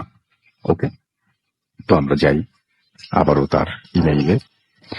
যাই হোক, আহ, আমি আবার একটা ঘটনা পাঠালাম এবং দৃঢ় বিশ্বাসী যে এটা ভীষণ ভয়ঙ্কর বাস্তব। আমি সুকান্ত মাইতি, বর্তমান কর্মনিবাস সৌদি আরব, এবং সেখান থেকে আমি ইমেইল করছি। আমি একজন শেফ, ভূত এফএমের একজন নতুন শ্রোতা। আলহামদুলিল্লাহ, আমি লাস্ট কোরবানি ঈদ থেকে ভূত এফএম শুনছি। তবে ইতোমধ্যেই আমি পুরনো বিগত প্রায় 1 বছরের এপিসোড শুনে ফেলেছি। এখন প্রতিদিন একটি এপিসোড না শুনলে আমার ঘুম আসে না। ঘটনাটি সমস্ত শ্রোতা বন্ধুদের কথা মাথায় রেখে কিছুটা গল্পের ছলে নিবেদন করলাম। ভুল ত্রুটি মার্জনীয়, অপ্রাসঙ্গিক বা অপ্রয়োজনীয় যদি কিছু থাকে দয়া করে নিজের ছোট ভাই ভেবে ক্ষমা করে দেবেন। আমরা সবাই পরম ঈশ্বরে বিশ্বাসী, কিন্তু আমরা তাকে দেখতে পাই না, শুধু অনুভব করার চেষ্টা করি। অথচ ভূত, প্রেত, জিনের অস্তিত্ব আমরা কেউই বিশ্বাস করি না, যতক্ষণ না পর্যন্ত তার চাক্ষুষ প্রমাণ আমরা পাই। এমনই একটা রোমহর্ষক, বীভৎস, মর্মান্তিক ঘটনার নির্মম সাক্ষী আমি। চলচ্চিত্রের পর্দায় যা দেখে আমরা রোমাঞ্চিত হই, মজা পাই, কৌতূহলী হই, কিন্তু বাস্তবে যদি তা আমাদের সঙ্গে ঘটে তাহলে জীবনের যে ভয়ঙ্কর, দুর্ভাগ্যজনক অনুভূতি আর কিছুই হয় না। 2011 তখন কর্মসূত্রে আমি ভারতের মহারাষ্ট্র রাজ্যের খান্ডালা নামক একটি ছোট্ট পাহাড়ি শহরে থাকি। 4 স্টার রিসর্টের সিনিয়র সিডিপি পোস্টে কাজ করতাম। যারা মুম্বাই এসেছেন তারা এই মোরম হিল স্টেশনে আসেননি বা তার নাম শুনেননি তা হতেই পারে না। ভারতবর্ষের পশ্চিম ঘাট পর্বত শ্রেণীর একটি অংশ হল খান্ডালা ঘাট। পর্যটকদের ভিড় সবসময় লেগেই থাকে, বিশেষ করে বর্ষার সময়। অজস্র ছোট ছোট ঝর্ণা এবং রং বাহারি চেনা অচেনা বনফুলে সবুজে স্নিগ্ধ হয়ে সেজে ওঠে এই লোনাপ্পা যেন ভূস্বর্গ। আর যারা এখানে বেড়াতে গেছেন তারা রাজমার্চে ফোর্ট ও জঙ্গল সাফারি, পাশে বলবান ড্যাম্প লেক ও পাহাড়ের চূড়ায় অবস্থিত আপার একটা রিসোর্ট চেনেন না বা দেখেননি এটা বলা বিরল। আমি সেই রিসোর্টের একজন কর্মচারী। যেহেতু জঙ্গলের মধ্যে পাহাড়ের চূড়ায় এই রিসোর্টটি অবস্থিত এবং ফরেস্টের অন্তর্ভুক্ত, তাই প্রপার কোনো পাকা রাস্তা ছিল না। পাহাড় কেটে পাথুরে কাঁচা রাস্তা তৈরি, এবং পাহাড়ের পাদদেশে যেখানে লোকালয় শেষ ওখানে রিসোর্টের পার্কিং এর ব্যবস্থা করা। প্রশিক্ষণপ্রাপ্ত ড্রাইভার আছে যারা গেস্ট বা স্টাফকে ওখান থেকে রিসোর্ট পর্যন্ত নিয়ে যায় এবং নিয়ে আসে। মাঝে মধ্যে সময় মতো গাড়ি না থাকলে আমরা অবশ্য নিজেরাই 2 কিলোমিটার হেঁটে নিচে শহরে যেতাম এবং হেঁটেই উপরে উঠতাম। এখানে এই বর্ণনাগুলোতে আর উদ্দেশ্য শুধুমাত্র ঘটনার স্বার্থে। যাই হোক, আমি মূল ঘটনায় আসছি। সেদিন আমি মর্নিং শিফটের ডিউটি শেষে বিকেল 3টা নাগাদ শহরে আসি মোবাইল রিচার্জ ও ব্যক্তিগত কিছু জিনিস কেনার জন্য। যদিও আমি জানতাম যে নাইট শিফটের লোকাল স্টাফ নিয়ে পার্কিং থেকে গাড়ি 6টা নাগাদ ছেড়ে যাবে, তবু শুক্ল পক্ষের রাত, জ্যোৎস্নার আলো আর মোবাইল টর্চ আছে, দিব্যি চলে যেতে পারবো ভেবে রমেশের সাথে দেখা করে ইভিনিং শো সিনেমা দেখতে যাই। এখানে বলে রাখি, রমেশ শহরের অন্য একটি হোটেলে কাজ করত এবং আমাদের গ্রামেরই ছেলে। শো শেষ হতে হতে রাত 9:15। তারপর দুজনে ডিনার সেরে ওকে বিদায় জানিয়ে আমি রিসোর্টের উদ্দেশ্যে রওনা দিই। পাহাড়ের পাদদেশে যখন পৌঁছালাম তখন প্রায় 10:30টার মতো বেজে গেছে। জ্যোৎস্নার আলো সমস্ত কিছু পরিষ্কার দেখা যাচ্ছিল। পার্কিং এর সিকিউরিটি গার্ড বিহারি সিং, তার কাছে রিটার্ন এন্ট্রি করতে গিয়ে দেখি সে ইতস্তত করছিল। আমাকে দেখে রীতিমতো বিস্ময় এবং ভয়ার্ত ভাবে বলে উঠল, সাহেব, আপনি কোথায় ছিলেন? হিন্দিতে জিজ্ঞেস করে। এত রাত পর্যন্ত এই জঙ্গলের রাস্তায় বার হয়ে আপনি যদি হোটেলে যান, সেটা রিস্কি হয়ে যায় আপনার জন্য। আমি তাকে আশ্বস্ত করে বলি, কিছু হবে না। আমার কথা থামিয়ে বলল, না সাহেব, আপনি আগারওয়াল হাভেলি যেটা আছে সেখানে এটা সম্পর্কে কিছু শুনেছেন? ওখানে একটা চুড়েল বা এরকম ভূত বা এরকম প্রেত জাতীয় কিছু একটা আছে। দোষ বলে হেসে উড়িয়ে দিলাম। যদিও বিহারী সিং আমাকে অনেক অনুরোধ করে আমি যেন সেদিন রাতটা ওখানেই থেকে পরের দিন মর্নিং শিফটের গাড়ি ধরে ওপরে যাই, তবুও আমি গরম রক্তের যুবক, চোর ডাকাতে ভয় পাই না, এ আবার নাকি কোনো একটা অশরীরী, তাও আবার মেয়ে, হেসে উড়িয়ে দেই এবং কোন রকম তোয়াক্কা না করেই বেরিয়ে পড়লাম। তখন আমার কাছে একটাই বড় চ্যালেঞ্জ ছিল, হেঁটে। শরীরী গঠনে কিছুটা স্থূল। এখানে বলে রাখি, রিসোর্ট পর্যন্ত 2 কিলোমিটার চড়াই পথে জঙ্গলের সাথে ছোট্ট অগভীর অপরূপ সুন্দর তুঙ্গরালি লেক আছে এবং তার পশ্চিম পাশে একটা ভাঙাচোরা পুরনো বাংলো এবং তার পাশ দিয়েই লেকের পাড় ধরে আমাদের রিসোর্টে যাওয়ার রাস্তা। স্থানীয়দের মুখে শুনেছি একসময় এই বাংলোটি কোনো এক গুজরাটি ধনী ব্যবসায়ী ছিল। গত 20 বছর ধরে বন্ধ হয়ে পড়ে আছে। লোকমুখে অনেক কাল্পনিক ঘটনা শুনেছি, যার মধ্যে বিহারী সিং সেদিন একটি ঘটনা বলেছিল। যা হোক, হেডফোনে আপন মনে গান শুনতে শুনতে হাঁপাতে হাঁপাতে চাঁদের আলোয় পথ দেখে ধীরে ধীরে উপরে উঠছিলাম। এমন সময় হঠাৎ একটা পাথরে হোঁচট খেয়ে একটু চমকে গিয়ে দেখি চারিদিকে ঘুটঘুটে অন্ধকার, যেন নিস্তব্ধ আর্তনাদে আমাকে ঘিরে ধরেছে। একটু নিজেকে সামলে আকাশের দিকে তাকিয়ে বুঝতে পারলাম একটা কালো মেঘ যেন অসহায় চাঁদটাকে চাদরে মুড়ে দিয়েছে। আকাশের প্রতি কিছুটা ক্রোধ প্রকাশ করে মোবাইলের টর্চ লাইটটা জেলে আবার চলতে শুরু করলাম। তখনও বুঝতে পারিনি অদৃষ্টে কোনো এক অশরীরী একটু একটু করে তার পৈশাচিক হাত পেতে চলেছে। কিছুটা পথ এগোনোর পর হঠাৎই মোবাইলের টর্চ লাইটটা নিভে গেল। বুঝলাম ওস্তাদি করে মোবাইলে গান শোনাটাই এখন কাল হলো। এদিকে একটু একটু করে ভয়ও মনের ভেতরে সুরসুরি দিতে লাগলো। না, কোনো ভৌতিক কিছুর জন্য নয়, উপরন্ত ভয় লাগছিল যদি না কোনো নেকড়ে চলে আসে। অন্ধকারে আরো কিছুটা পথ ঠাউর করে যেতে যেতে হঠাৎই আতঙ্কে আটকে দাঁড়িয়ে পড়ি। এক বিভৎস করুণ স্বরে আর্তনাদ করছিল রাস্তার মাঝে কয়েকটা সবুজ উজ্জ্বল চোখ। কিছুটা এগিয়ে বুঝতে পারি যে একদল পাহাড়ি শেয়াল। মনে কিছুটা সাহস নিয়ে একটা পাথর ছুঁড়ে মারতে দেখি ওরা কিছুটা রেগে আমার দিকে এগিয়ে এলো, তারপর আবারও করুণ চিৎকার করে জঙ্গলে মিলিয়ে গেল।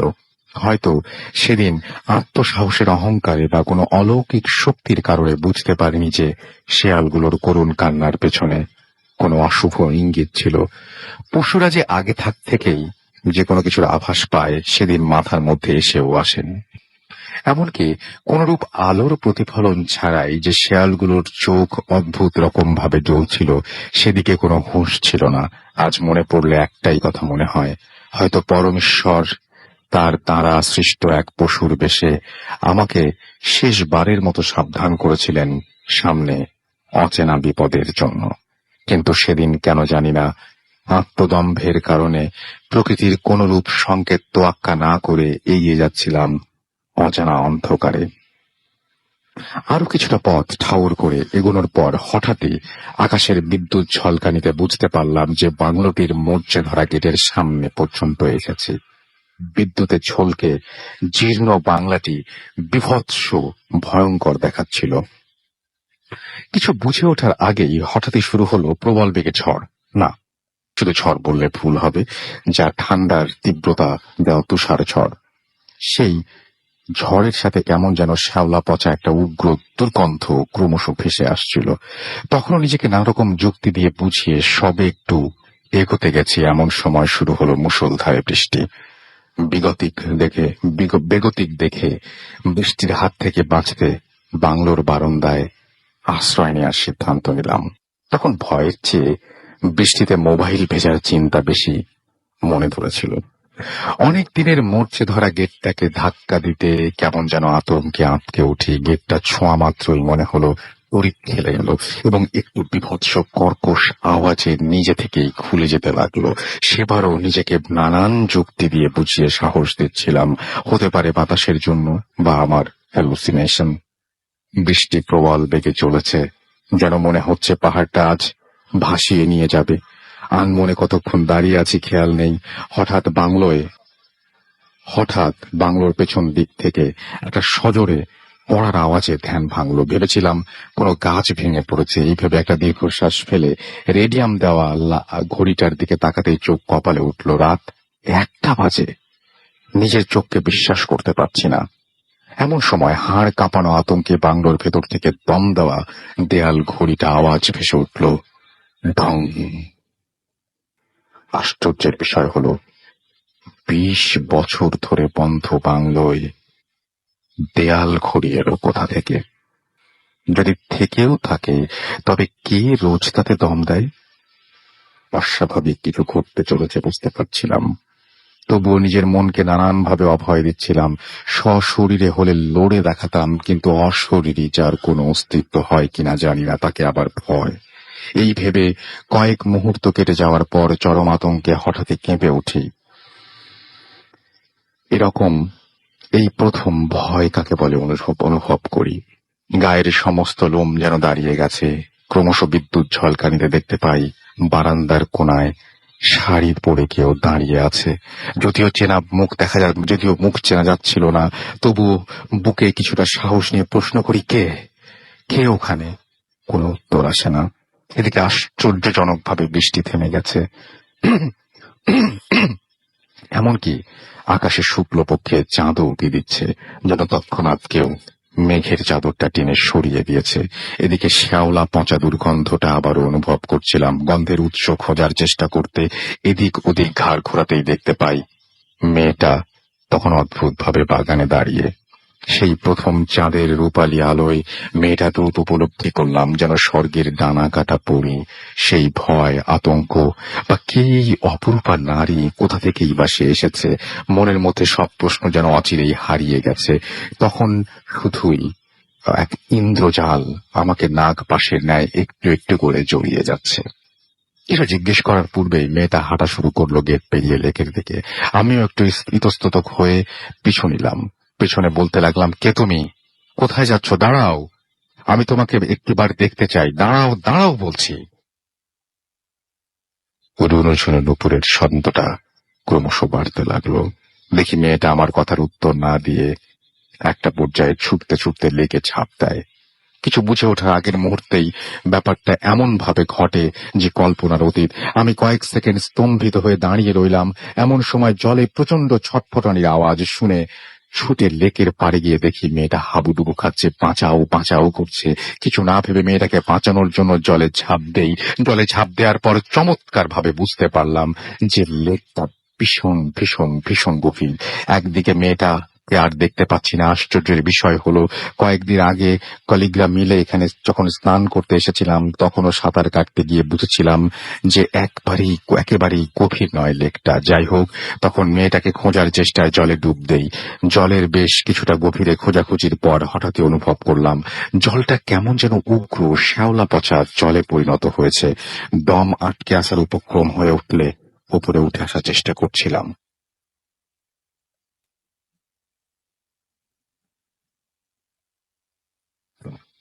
জলের মধ্যে একটু অনুভব করার চেষ্টা করে বুঝতে পারলাম একটি মেয়ের শরীর, সম্ভবত সেই মেয়েটির। কিন্তু কি করে সম্ভব? এই কয়েক সেকেন্ডে কি করে মেয়েটি মরতে পারে? ভয়ে আতঙ্কে আমি আপ্রাণ চেষ্টা করি তাড়াতাড়ি জলের উপরে উঠে আসতে।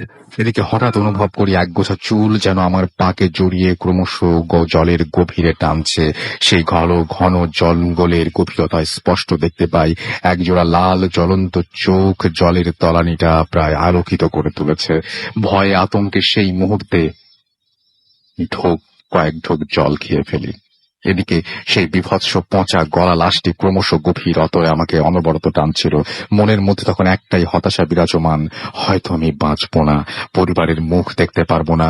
শেষবারের মতো পরমেশ্বরের নাম স্মরণ করছিলাম, এমন সময় হঠাৎ জলের ওপর থেকে উজ্জ্বল আলো অনুভব করি এবং তন্দ্রাচ্ছন্নভাবে অনুভব করি একটি হাতের স্পর্শ, যেন কেউ জলের ওপর থেকে বলছে, সাহেব কুছ নেই হোগা, আমার হাত ধরো।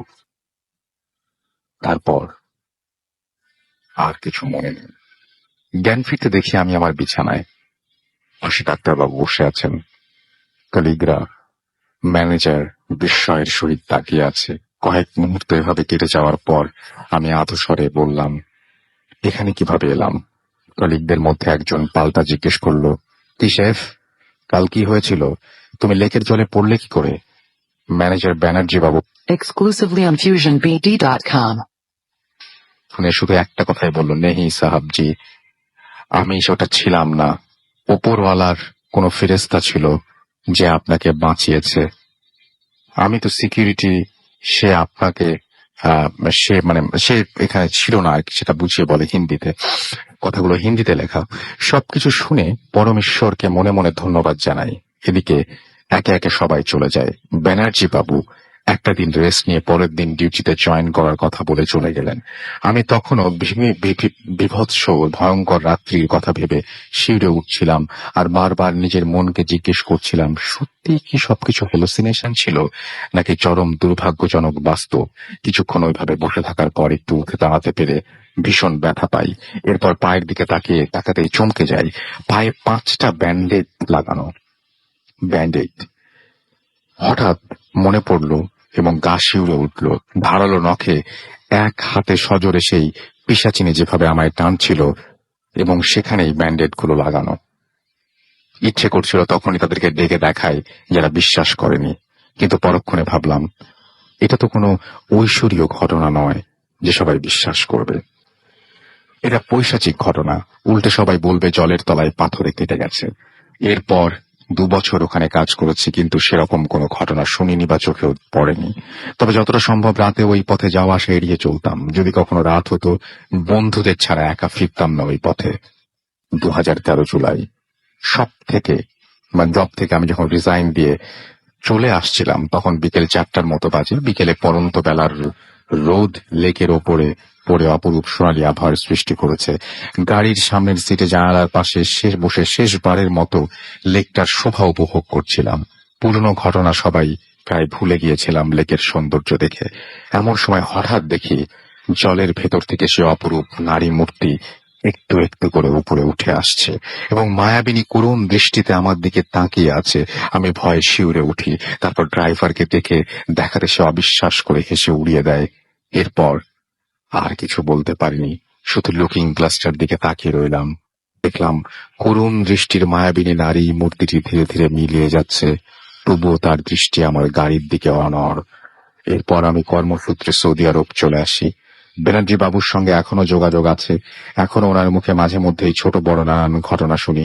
পরবর্তীতে উনিও নাকি গাড়িতে যেতে যেতে অনেকবার সেই নারী মূর্তি দেখেছেন, কিন্তু কোনো অসুবিধা হয়নি। তবে 2016 বন দপ্তর থেকে লেকটি সংস্করণের সময় একটা কঙ্কাল পাওয়া যায় এবং পরীক্ষা করে দেখা যায় কঙ্কালটি একটি মেয়ের এবং দীর্ঘদিনের পুরনো। এবং আশ্চর্যের বিষয় হলো, এরপর থেকে ওখানে আর কোনো প্যারানরমাল কোনো কিছু ঘটেনি। ধন্যবাদ রাসেল ভাই, অনেক বড় ইমেইলের জন্য দুঃখিত, ভুল ত্রুটি ক্ষমা করবেন। আমি এই প্যারানরমাল বিষয় নিয়ে অবসর সময়ে চর্চা করে থাকি। আমার কাছে প্রচুর ঘটনা রয়েছে, আপনি অভয় দিলে আবার পাঠাবো। আমি সেই লেকটির ছবি, লেকের পাশে দাঁড়ানোর ছবি পাঠালাম। আমার বাড়ি ঠিকানা দেশ ভারতবর্ষ, রাজ্য পশ্চিমবঙ্গ, জেলা মেদিনীপুর, থানা বেলদা, গ্রাম চড়াইগ্রাম। এরপরে তিনি তার ফোন নাম্বার শেয়ার করেছেন। থ্যাংক ইউ ভেরি মাচ আপনার ঘটনাটা শেয়ার করার জন্য। এবং এই ঘটনাটা এতই বড় এবং এতটা সময় লেগেছে, আমার মনে হয় একটা বিরতি নিতে পারি আমরা এবং বিরতির পরে আবারও ফিরে আসতে পারি। অনেক বড় একটা ঘটনা ছিল, আমি শুরুতেই বলেছিলাম, আমার পড়তেও অনেক সময় লেগেছে। সো একটা ছোট্ট বিরতি নিচ্ছি, বিরতির পরে আবারও ফিরে আসছি। সেই পর্যন্ত আমাদের সঙ্গে থাকুন। Stay tuned for radio food.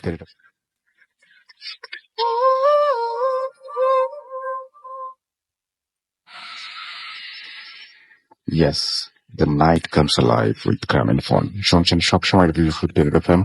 আমি রাসেল আজির সাথে, আমার সাথে রয়েছেন মাসুম ভাই এবং আজকের অতিথিরা। আপনাদের সবাইকে আরো একবার স্বাগত জানাচ্ছি ভূত এফএম এ। এবং আমাদের আরো দুজন অতিথি আছেন, তাদের মধ্যে আমরা চলে যাচ্ছি প্রথম অতিথির কাছে। আপনার নামটা প্লিজ একটু বলবেন, তারপর আপনার ঘটনায় যাবো আমরা সরাসরি। একটু আরেকবার বলতে হবে। জি, আসসালামু আলাইকুম রাসেল ভাই। জি, আমার নাম রিফাত। আমি যাত্রাবাড়ি কোনাপাড়া থেকে এসেছি। জি। তো কথা না বাড়িয়ে সোজা ঘটনায় চলে যাই। তো আমার ঘটনাটি আমার এক ছোট আমার ঘটনাটি আমার এলাকার বড় ভাই থেকে শোনা। ওনার নাম ফয়সাল। তো ওনার বাড়ি ফরিদপুর। ওনার ফরিদপুরের নগরকান্দা গ্রামের একটি কলেজের ঘটনা। তো ঘটনাটি আজ থেকে প্রায় 15-20 বছর আগের। তো ওই সময় স্কুল এবং ওই কলেজের বিজ্ঞান বিভাগের ছাত্ররা তাদের ব্যবহারিক কাজের জন্য একটি কঙ্কাল কিনে আনে। তো এনে তাদের যথারীতি তাদের ল্যাব রুমে রেখে তাদের কাজকর্ম চালিয়ে যায়।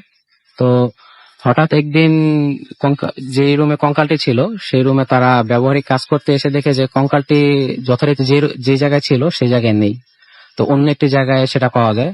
কারণ ভাইয়া কঙ্কালটা তো সাধারণত ঝুলিয়ে রাখা হয়, যেহেতু এটা বড়, তো ওটা অন্য একটা জায়গায় পাওয়া যায়। তো ওইখান থেকেই কিছু কিছু স্টুডেন্টদের কিছুটা ডাউট ফিল হয় যে ব্যাপারটা কি। তো এই ব্যাপারটা প্রিন্সিপালের কাছে জানানো হয়। তো প্রিন্সিপাল জিনিসটা এতটা আমলে নেয় না। তো তারপর একদিন রাতে তাদের বিজ্ঞান বিভাগের ছাত্রদের একজন শিক্ষক পড়াতে আসার কথা ছিল রাত্রেবেলা। তো উনি কোনো একটা কারণে ওদিন রাত্রে আসতে পারেনি। তো উনি ফোনে জানিয়ে দেয় যে আমি আসতে পারবো না। তো ওই সময় ওনারা ওই শিক্ষার্থীরা তারা তাদের নিচের কেচি গেট লাগানোর জন্য নিচে আসে। তো ওনারা লাগানোর সময় দেখতে পারে যে একটি মেয়ে তার গলায় রশি ঝুলানো, তো সেই অবস্থায় হেঁটে যাচ্ছে। তো ইন দ্য মিন টাইম সেটা দেখে তাদের মধ্যে কিছু স্টুডেন্ট ইনস্ট্যান্ট ফেইন্ট হয়ে যায়, এবং কিছু স্টুডেন্ট সেখান থেকে দৌড়ে পালিয়ে যায়। তো যারা দৌড়ে পালিয়ে যায় তারা মোটামুটি দৌড়ে সেই শিক্ষকের বাসায় যায়, গিয়ে ঘটনাটি বলে। তো শিক্ষক যথারীতি ওই গ্রামের লোকজন এনে সেখানে পৌঁছায়। তো সেখানে পৌঁছে সেই স্টুডেন্টদের অজ্ঞান অবস্থায় পায়। তো তারপরের দিন অভিভাবকরা সবাই এসে সেই প্রিন্সিপালকে একটু চাপ দেয় যে আসলে ঘটনাটা কি। তো তারপর প্রিন্সিপাল অনেক চাপের শিকার হয়ে শেষমেশ ঘটনাটা বলতে বাধ্য হয় যে যেই রুমে আসলে ব্যবহারিকের কাজগুলো চলতো বিজ্ঞান বিভাগের এবং কঙ্কালটি রাখা হয়েছিল, সেই রুমে কিছু বছর আগে একটি মেয়ে আত্মহত্যা করে। তো মেয়েটি কেন আত্মহত্যা করে সেটা জানা যায়নি, কারণ কোনো পুলিশি ঝামেলার কারণে।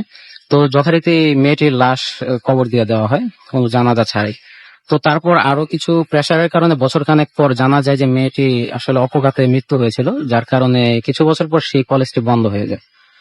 তো ঘটনা এটাই ছিল। আমি কোনো দুঃসহ কারণে আমি কলেজের নামটি বলতে পারলাম না, সরি ভাই। আসলে আপনাকে ধন্যবাদ আমাকে এখানে এসে সুযোগ করে দেওয়া। Thank you so much, thank you. আমরা চলে যাব আমাদের পরবর্তী অতিথির কাছে। আপনার নামটা প্লিজ একটু প্রথমে শেয়ার করবেন, তারপর আপনার ঘটনায় যাব আমরা। এবং আপনার শুনে ফিরি আপনার ঘটনাটি। তার আগে আপনি জানেন আপনি আপনার নাম এবং কোথা থেকে এসেছেন? ধন্যবাদ আসলে আমাকে ঘটনাটি বলার সুযোগ করে দেওয়ার জন্য। আমার নাম হচ্ছে মোহাম্মদ সৌরভ ভুইয়া। আমি কোনাপাড়ার আলামিন রোড থেকে এসেছি। তো রাসেল ভাই সরাসরি আমার ঘটনা চলে যাচ্ছি। ঘটনাটি ঘটে মানিকগঞ্জের পুকুরিয়া নামক একটি স্থানে। পুকুরিয়া নামক একটি স্থানে। তো রাসেল ভাই, এটি হচ্ছে ঢাকা আরিচা মহাসড়কে অবস্থিত। তো প্রথমে রাসেল ভাই এর একটু বর্ণনা দিয়ে নেই। এটি রাসেল ভাই আসলে খুব সড়ক দুর্ঘটনার জন্য খুবই খুবই বিখ্যাত। এখানে রাসেল ভাই আপনার দেশ স্বাধীনের পর থেকে এখন পর্যন্ত প্রায় 100-এরও বেশি সড়ক দুর্ঘটনা হয়েছে। প্রায় সবকটি মর্মান্তিক ছিল। সর্বশেষ যেটা হয়েছে সেটা হচ্ছে যে গত কুরবানি ঈদে আমি গ্রামের বাড়িতে বেড়াতে গিয়েছিলাম। তো সেখানে রাসেল ভাই এক পুলিশ দম্পতি তারা বেড়াতে গিয়েছিল ঈদের ছুটিতে গ্রামে। তো তারা মানিকগঞ্জ টাউনের উদ্দেশ্যে রওনা করেছিল। তারা আপনার যখন পুকুরে নামক স্থানে এসে তারা মানে অতিক্রান্ত করছিল, তখন তারা একটি বাসের চাকার নিচে তারা পিষে যায়। তো রাসেল ভাই, আমাদের সাথে যে ঘটনাটি ঘটে সেটি হচ্ছে, একদিন আমি, আমার আব্বু, এমনকি আমার এই চাচাতো ভাই, আমরা ঢাকা থেকে গ্রামের উদ্দেশ্যে রওনা করছিলাম। তো রাসেল ভাই, সবকিছু ঠিকঠাক ছিল, কিন্তু যখন আমরা পুকুরে নামক স্থানে মানে আমরা পৌঁছালাম, তখন আমাদের সাথে কিছু অস্বাভাবিক ঘটনা ঘটতে শুরু করে। তো প্রথমে যে ঘটনাটি আমরা শিকার হই, সেটি শুধু খালি আপনার ড্রাইভার খেয়াল করে। তো ড্রাইভার আপনার সামনে একটি বৃদ্ধ লোককে দেখতে পায়। সে খুব ক্ষীণ গতিতে রাস্তা পার হচ্ছে। তো সে তৎক্ষণাৎ হাত ব্রেক করে গাড়িটি থামানোর পরে সে গাড়ি থেকে নেমে গিয়ে আশেপাশে দেখে যে আসলে কি হলো এটা। এবং তো হুম, তো উনি নেমে দেখে যে আসলে আশেপাশে কেউ নেই। সে ভাবলো যে না, আসলে সে চোখে হয়তো ভুল লেগেছে। হ্যাঁ, সে আবার গাড়িতে উঠে আবার সে গাড়ি চালানো শুরু করলো। তো রাসেল ভাই, পরবর্তীবার যে ঘটনাটি ঘটে, সেটি রাসেল ভাই আমাদের মানে গাড়িতে আমরা যে কয়জন ছিলাম সবাই দেখতে পাই। তো সেটা হচ্ছে কি, একটি দূরপাল্লার গাড়ি আমাদের গাড়িকে পাশ কাটিয়ে সরাসরি খাদে পড়ে যায়। তো খাদে পড়ে যাওয়ার পরে আমাদের ড্রাইভার আর কি এই গাড়ি থামিয়ে দেয়। গাড়ি থামিয়ে দেওয়ার পরে তো ঘটনাস্থলে সবাই চলে যায় যেখানে গাড়ি পড়ে যায়। তো সেখানে গিয়ে রাসেল ভাই সবাই দেখতে পায় যে না, কোনো গাড়ি নেই, জায়গাটা একদম ফাঁকা, পানি ওখানে টলটল করছে।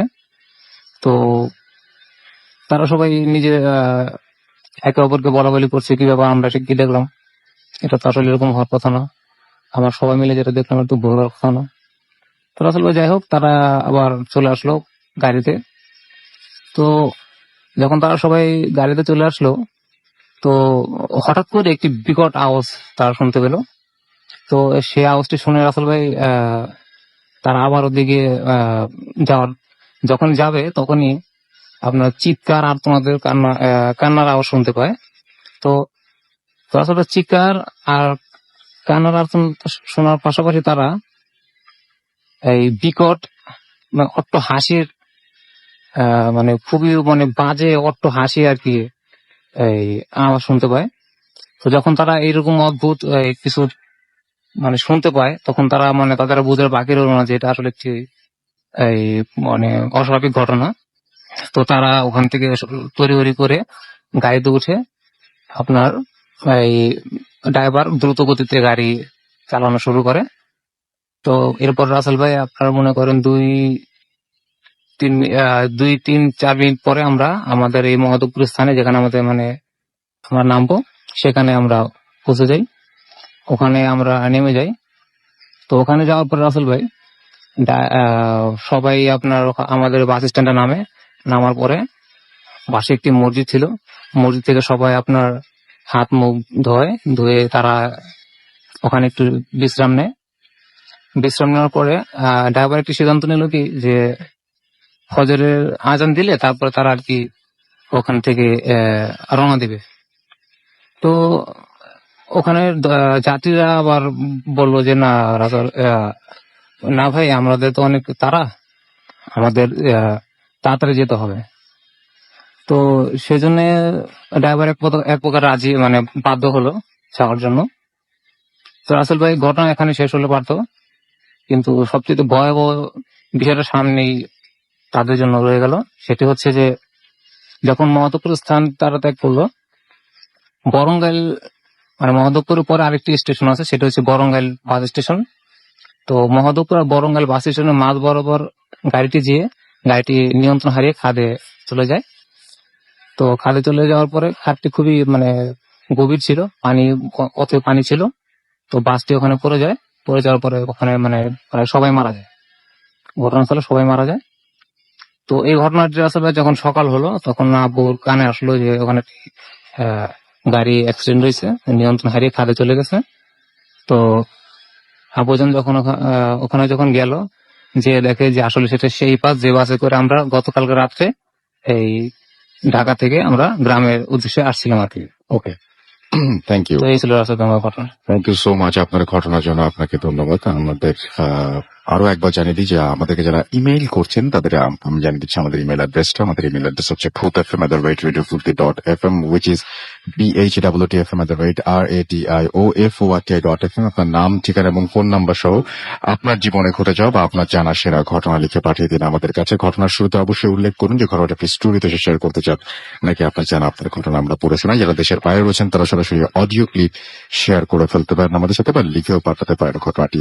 একটা অডিও ক্লিপে যাব, তবে হ্যাঁ, এবং তারপর একটা ছোট্ট বিরতি নিয়ে একটা অডিও ক্লিপে যাব এবং তারপর আবারও ফিরে আসবো। সেই পর্যন্ত সবাই আমাদের সঙ্গেই থাকুন।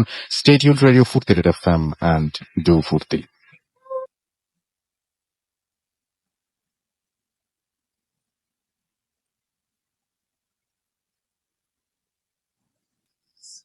আসসালামু আলাইকুম রাসেল ভাই। আমি জানি আপনি সবসময় ভালোর দলে, তারপরেও আপনার মুখ থেকেই শুনতে চাচ্ছি আপনি কেমন আছেন। আমি মোহাম্মদ শাফিউল ইসলাম।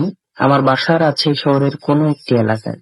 আমি কিছুদিন আগে একটি কুরিয়ার সার্ভিসের রাজশাহী ব্রাঞ্চে সিনিয়র পার্সেল অ্যাসিস্ট্যান্ট হিসেবে একটি চাকরি পাই এবং সেখানে চাকরি করছিলাম। তো হঠাৎ করে একদিন আমাদের রাজশাহী অফিসে একটি প্রোডাক্ট আসে। আমাদের বানেশ্বরে অফিস ছিল কিন্তু ওটা বন্ধ হয়ে গেছে, তো বানেশ্বরের নামে রাজশাহী অফিসে প্রোডাক্টটি আসে। তো ওই প্রোডাক্ট যার, তাকে যখন ফোন দিলাম তো উনি বললেন যে ভাই আজকে রাত্রে তো মালটা আমার প্রয়োজন, খুব জরুরি একটি প্রোডাক্ট ওটা আমার, আজকে রাতেই লাগবে, আপনি কোনো একটি ভ্যান দিয়ে পাঠিয়ে দেন, আমি যে নিয়ে আসবে তাকে একটু খুব ভালো মানের বকশিস দিয়ে দিই। তাই বললাম যে আচ্ছা ঠিক আছে, যদি পারি তাহলে আমি পাঠাচ্ছি।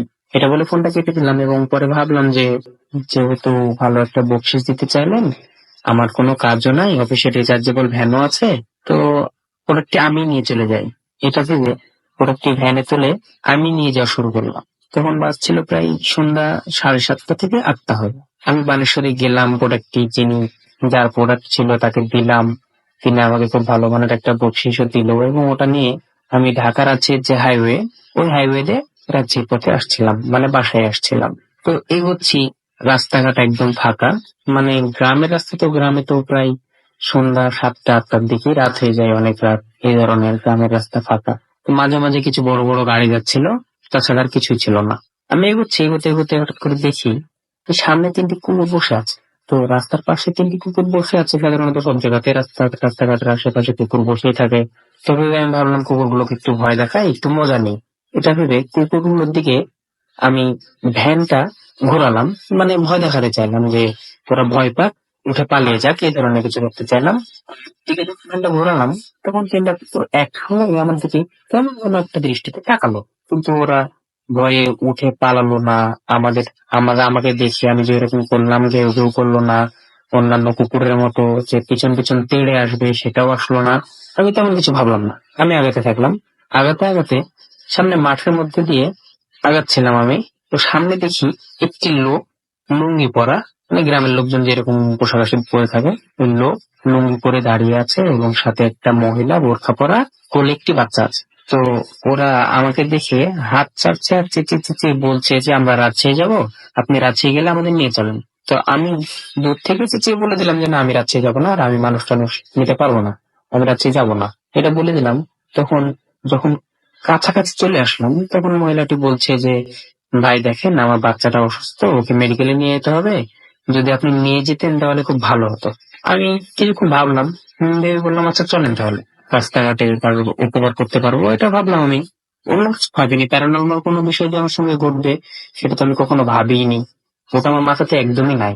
তো আমি এগোচ্ছিলাম, এগোতে এগোতে আমি প্রায় সিটি কর্পোরেশনের কাছাকাছি চলে গেছি, মানে আমাদের শহরের কাছাকাছি চলে গেছি। সামনে সিটি কর্পোরেশনের লাইট দেখা যাচ্ছে, মানে আমি সিটি কর্পোরেশনে ঢুকে যাচ্ছি। এরকম অবস্থায় কেমন যেন একটা গন্ধ লাগছে আমার, যে পোড়া পোড়া গন্ধ, পোড়া পচে গেছে এই ধরনের গন্ধ লাগছে। আমি তেমন কিছু মনে করলাম না, হয়তো বা রাস্তার পাশে কোনো কিছু পচে গেছে, এটার জন্য হয়তো বা গন্ধটা লাগছে। আমার হঠাৎ করে মাথায় আসলো যে মহিলাটাকে আমি দেখবো, কি যেন হলো মাথায় সেটা জানি না, আল্লাহ মাবুদ জানে। যে মহিলাটাকে দেখার ইচ্ছা হলো আমার। তো মহিলাটা আমার ডান পাশে বসেছিল, মানে ভ্যানের ডান পাশে বসেছিল পিছনে। তো আমি ঘাড় ঘোরালাম। ঘাড় ঘুরিয়ে যেটা দেখলাম রাসেল ভাই, সেটা দেখার জন্য আমি একদম প্রস্তুত ছিলাম না। ঘাড় ঘুরিয়ে দেখি যে মহিলাটা আমার ডান পাশে বসে আছে এবং মহিলাটার বোরখার যে হিজাব ছিল সেটা খোলা, হিজাব খোলা। আর আমি দেখতে পাচ্ছিলাম ওই মহিলার চেহারাটা অনেক অনেক ভয়ঙ্কর ছিল। মহিলার চোখ দুটো ছিল অনেক বড় বড়, চোখের কোণা দিয়ে লাল রক্তর মতো কি যেন পড়ছিল, রক্তের মতো রক্ত পড়ছিল। এবং মহিলার মুখে বড় বড় দুইটি কুকুরের মতো দাঁত, রক্ত লেগে আছে। এবং ওই মহিলা ওই বাচ্চাটিকে ছিঁড়ে ছিঁড়ে খাচ্ছে। হঠাৎ করে আমি এটা দেখেই আমি সামনে তাকালাম। সামনে তাকিয়ে লোকটির দিকে তাকানোর তখনও সাহস হয়নি এবং অতটা সময়ও আমি পাইনি। সামনে তাকাতেই আমার ভ্যানটা উল্টে গেল এবং আমি জ্ঞান হারাই। এরপরে আমি নিজেকে আবিষ্কার করি কাটাখালী থানায়। ওখান থেকে জানতে পারলাম একটি ট্রাক ড্রাইভার নাকি আমাকে দেখে রাস্তায় পড়ে থাকতে দেখে সামনের ডিউটি পুলিশকে গিয়ে বলেছে যে ওখানে একজন অ্যাক্সিডেন্ট করে পড়ে আছে। তারপরে পুলিশরা নাকি আমাকে থানায় নিয়ে আসে। এরপরে থানা থেকে বাসায় ফোন দিল, বাসা থেকে মামা এসে আমাকে নিয়ে গেল বাসায়। বাসায় আসলাম, খাওয়া দাওয়া করলাম, ঘুমালাম। কিন্তু ঘটনাটা রাস্তাতেই শেষ হয়নি ভাই। ঘটনাটা এখন পর্যন্ত ঘটেই চলছে আমার সঙ্গে। আমি রাতে যখন ঘুমাতে যাই, প্রায় আমার অফিস থেকে বাসায় আসতে 8টা, 8:30 বাজে। বন্ধুদের সঙ্গে আড্ডা টাড্ডা মেরে 11টার মধ্যে বাসায় ঢুকে যাই। বাসায় ঢুকে ঘুমাতে ঘুমাতে প্রায় 12:30 থেকে 1টা বাজে। এরকম সময় মাঝে মাঝে শুনি অনেকগুলো কুকুর একসঙ্গে কেমন যেন গড় গড় গড় গড় করে আওয়াজ করছে, মানে একে অপরের সঙ্গে কথা বলছে, মানে আলাপ করছে, যে মানে এই ধরনের কিছু এখন পর্যন্ত শুনতে পেলাম। তখন আমি আম্মুকে বললাম যে আম্মু এই অবস্থা, এখন কি করবো বলো। তো আমার বাসার পাশে মসজিদ ছিল, মসজিদের ইমাম সাহেবের কাছে গেলাম। ইমাম সাহেবকে বললাম। ইমাম সাহেব বললো যে তুমি যে সবকিছু আমার কাছে শোনার পরে ইমাম সাহেব আমাকে বললো যে তুমি যে রাস্তায় ছিল না, অন্য কিছু ছিল, তো তুমি ভয় দেখাতে চেয়েছিলা, তাই ওরা একটু রাগ করেছে হয়তোবা। তবে তোমাকে একটু ভয় দেখিয়েছে, এখনো দেখাচ্ছে, তবে তেমন কোনো সমস্যা হবে না। তো আমি আর আম্মু অপোজিটের কথা শুনে তেমন কিছু মনে করিনি, ওটা ভেবেই বসে আছি। এখন পর্যন্ত রাসেল ভাই ওনার কাছে তোমার কানে কানে শব্দটা এখন পর্যন্ত আমার কানে বাজে। আম্মুকে বলি, আম্মুরা কেউ শুনতে পায় না, শুধুমাত্র আমি নাকি শুনতে পাই। ভাই বোন, আমার সঙ্গে একটা ভাই থাকে, আমার ছোট ভাই, ও শুনতে পায় না, শুধুমাত্র আমি একাই শুনতে পাই। হয়তো ওই 3টি কুকুরের জন্যই সামনে আমার কোনো একটা কালো রাত অপেক্ষা করছে, সেটার আশাতেই থাকলাম। যদি কোনো কিছু খারাপ কিছু হয়, ভাগ্যে যা ছিল তাই হবে, ভাগ্যে যা আছে তাই হবে। ঘটনাটা ভালো লাগলে রাসেল ভাই সকলের মাঝে শেয়ার করবেন। গুছিয়ে বলতে পারলাম না হয়তোবা, ধন্যবাদ। Bhoot FM. The night comes alive with Ramming for.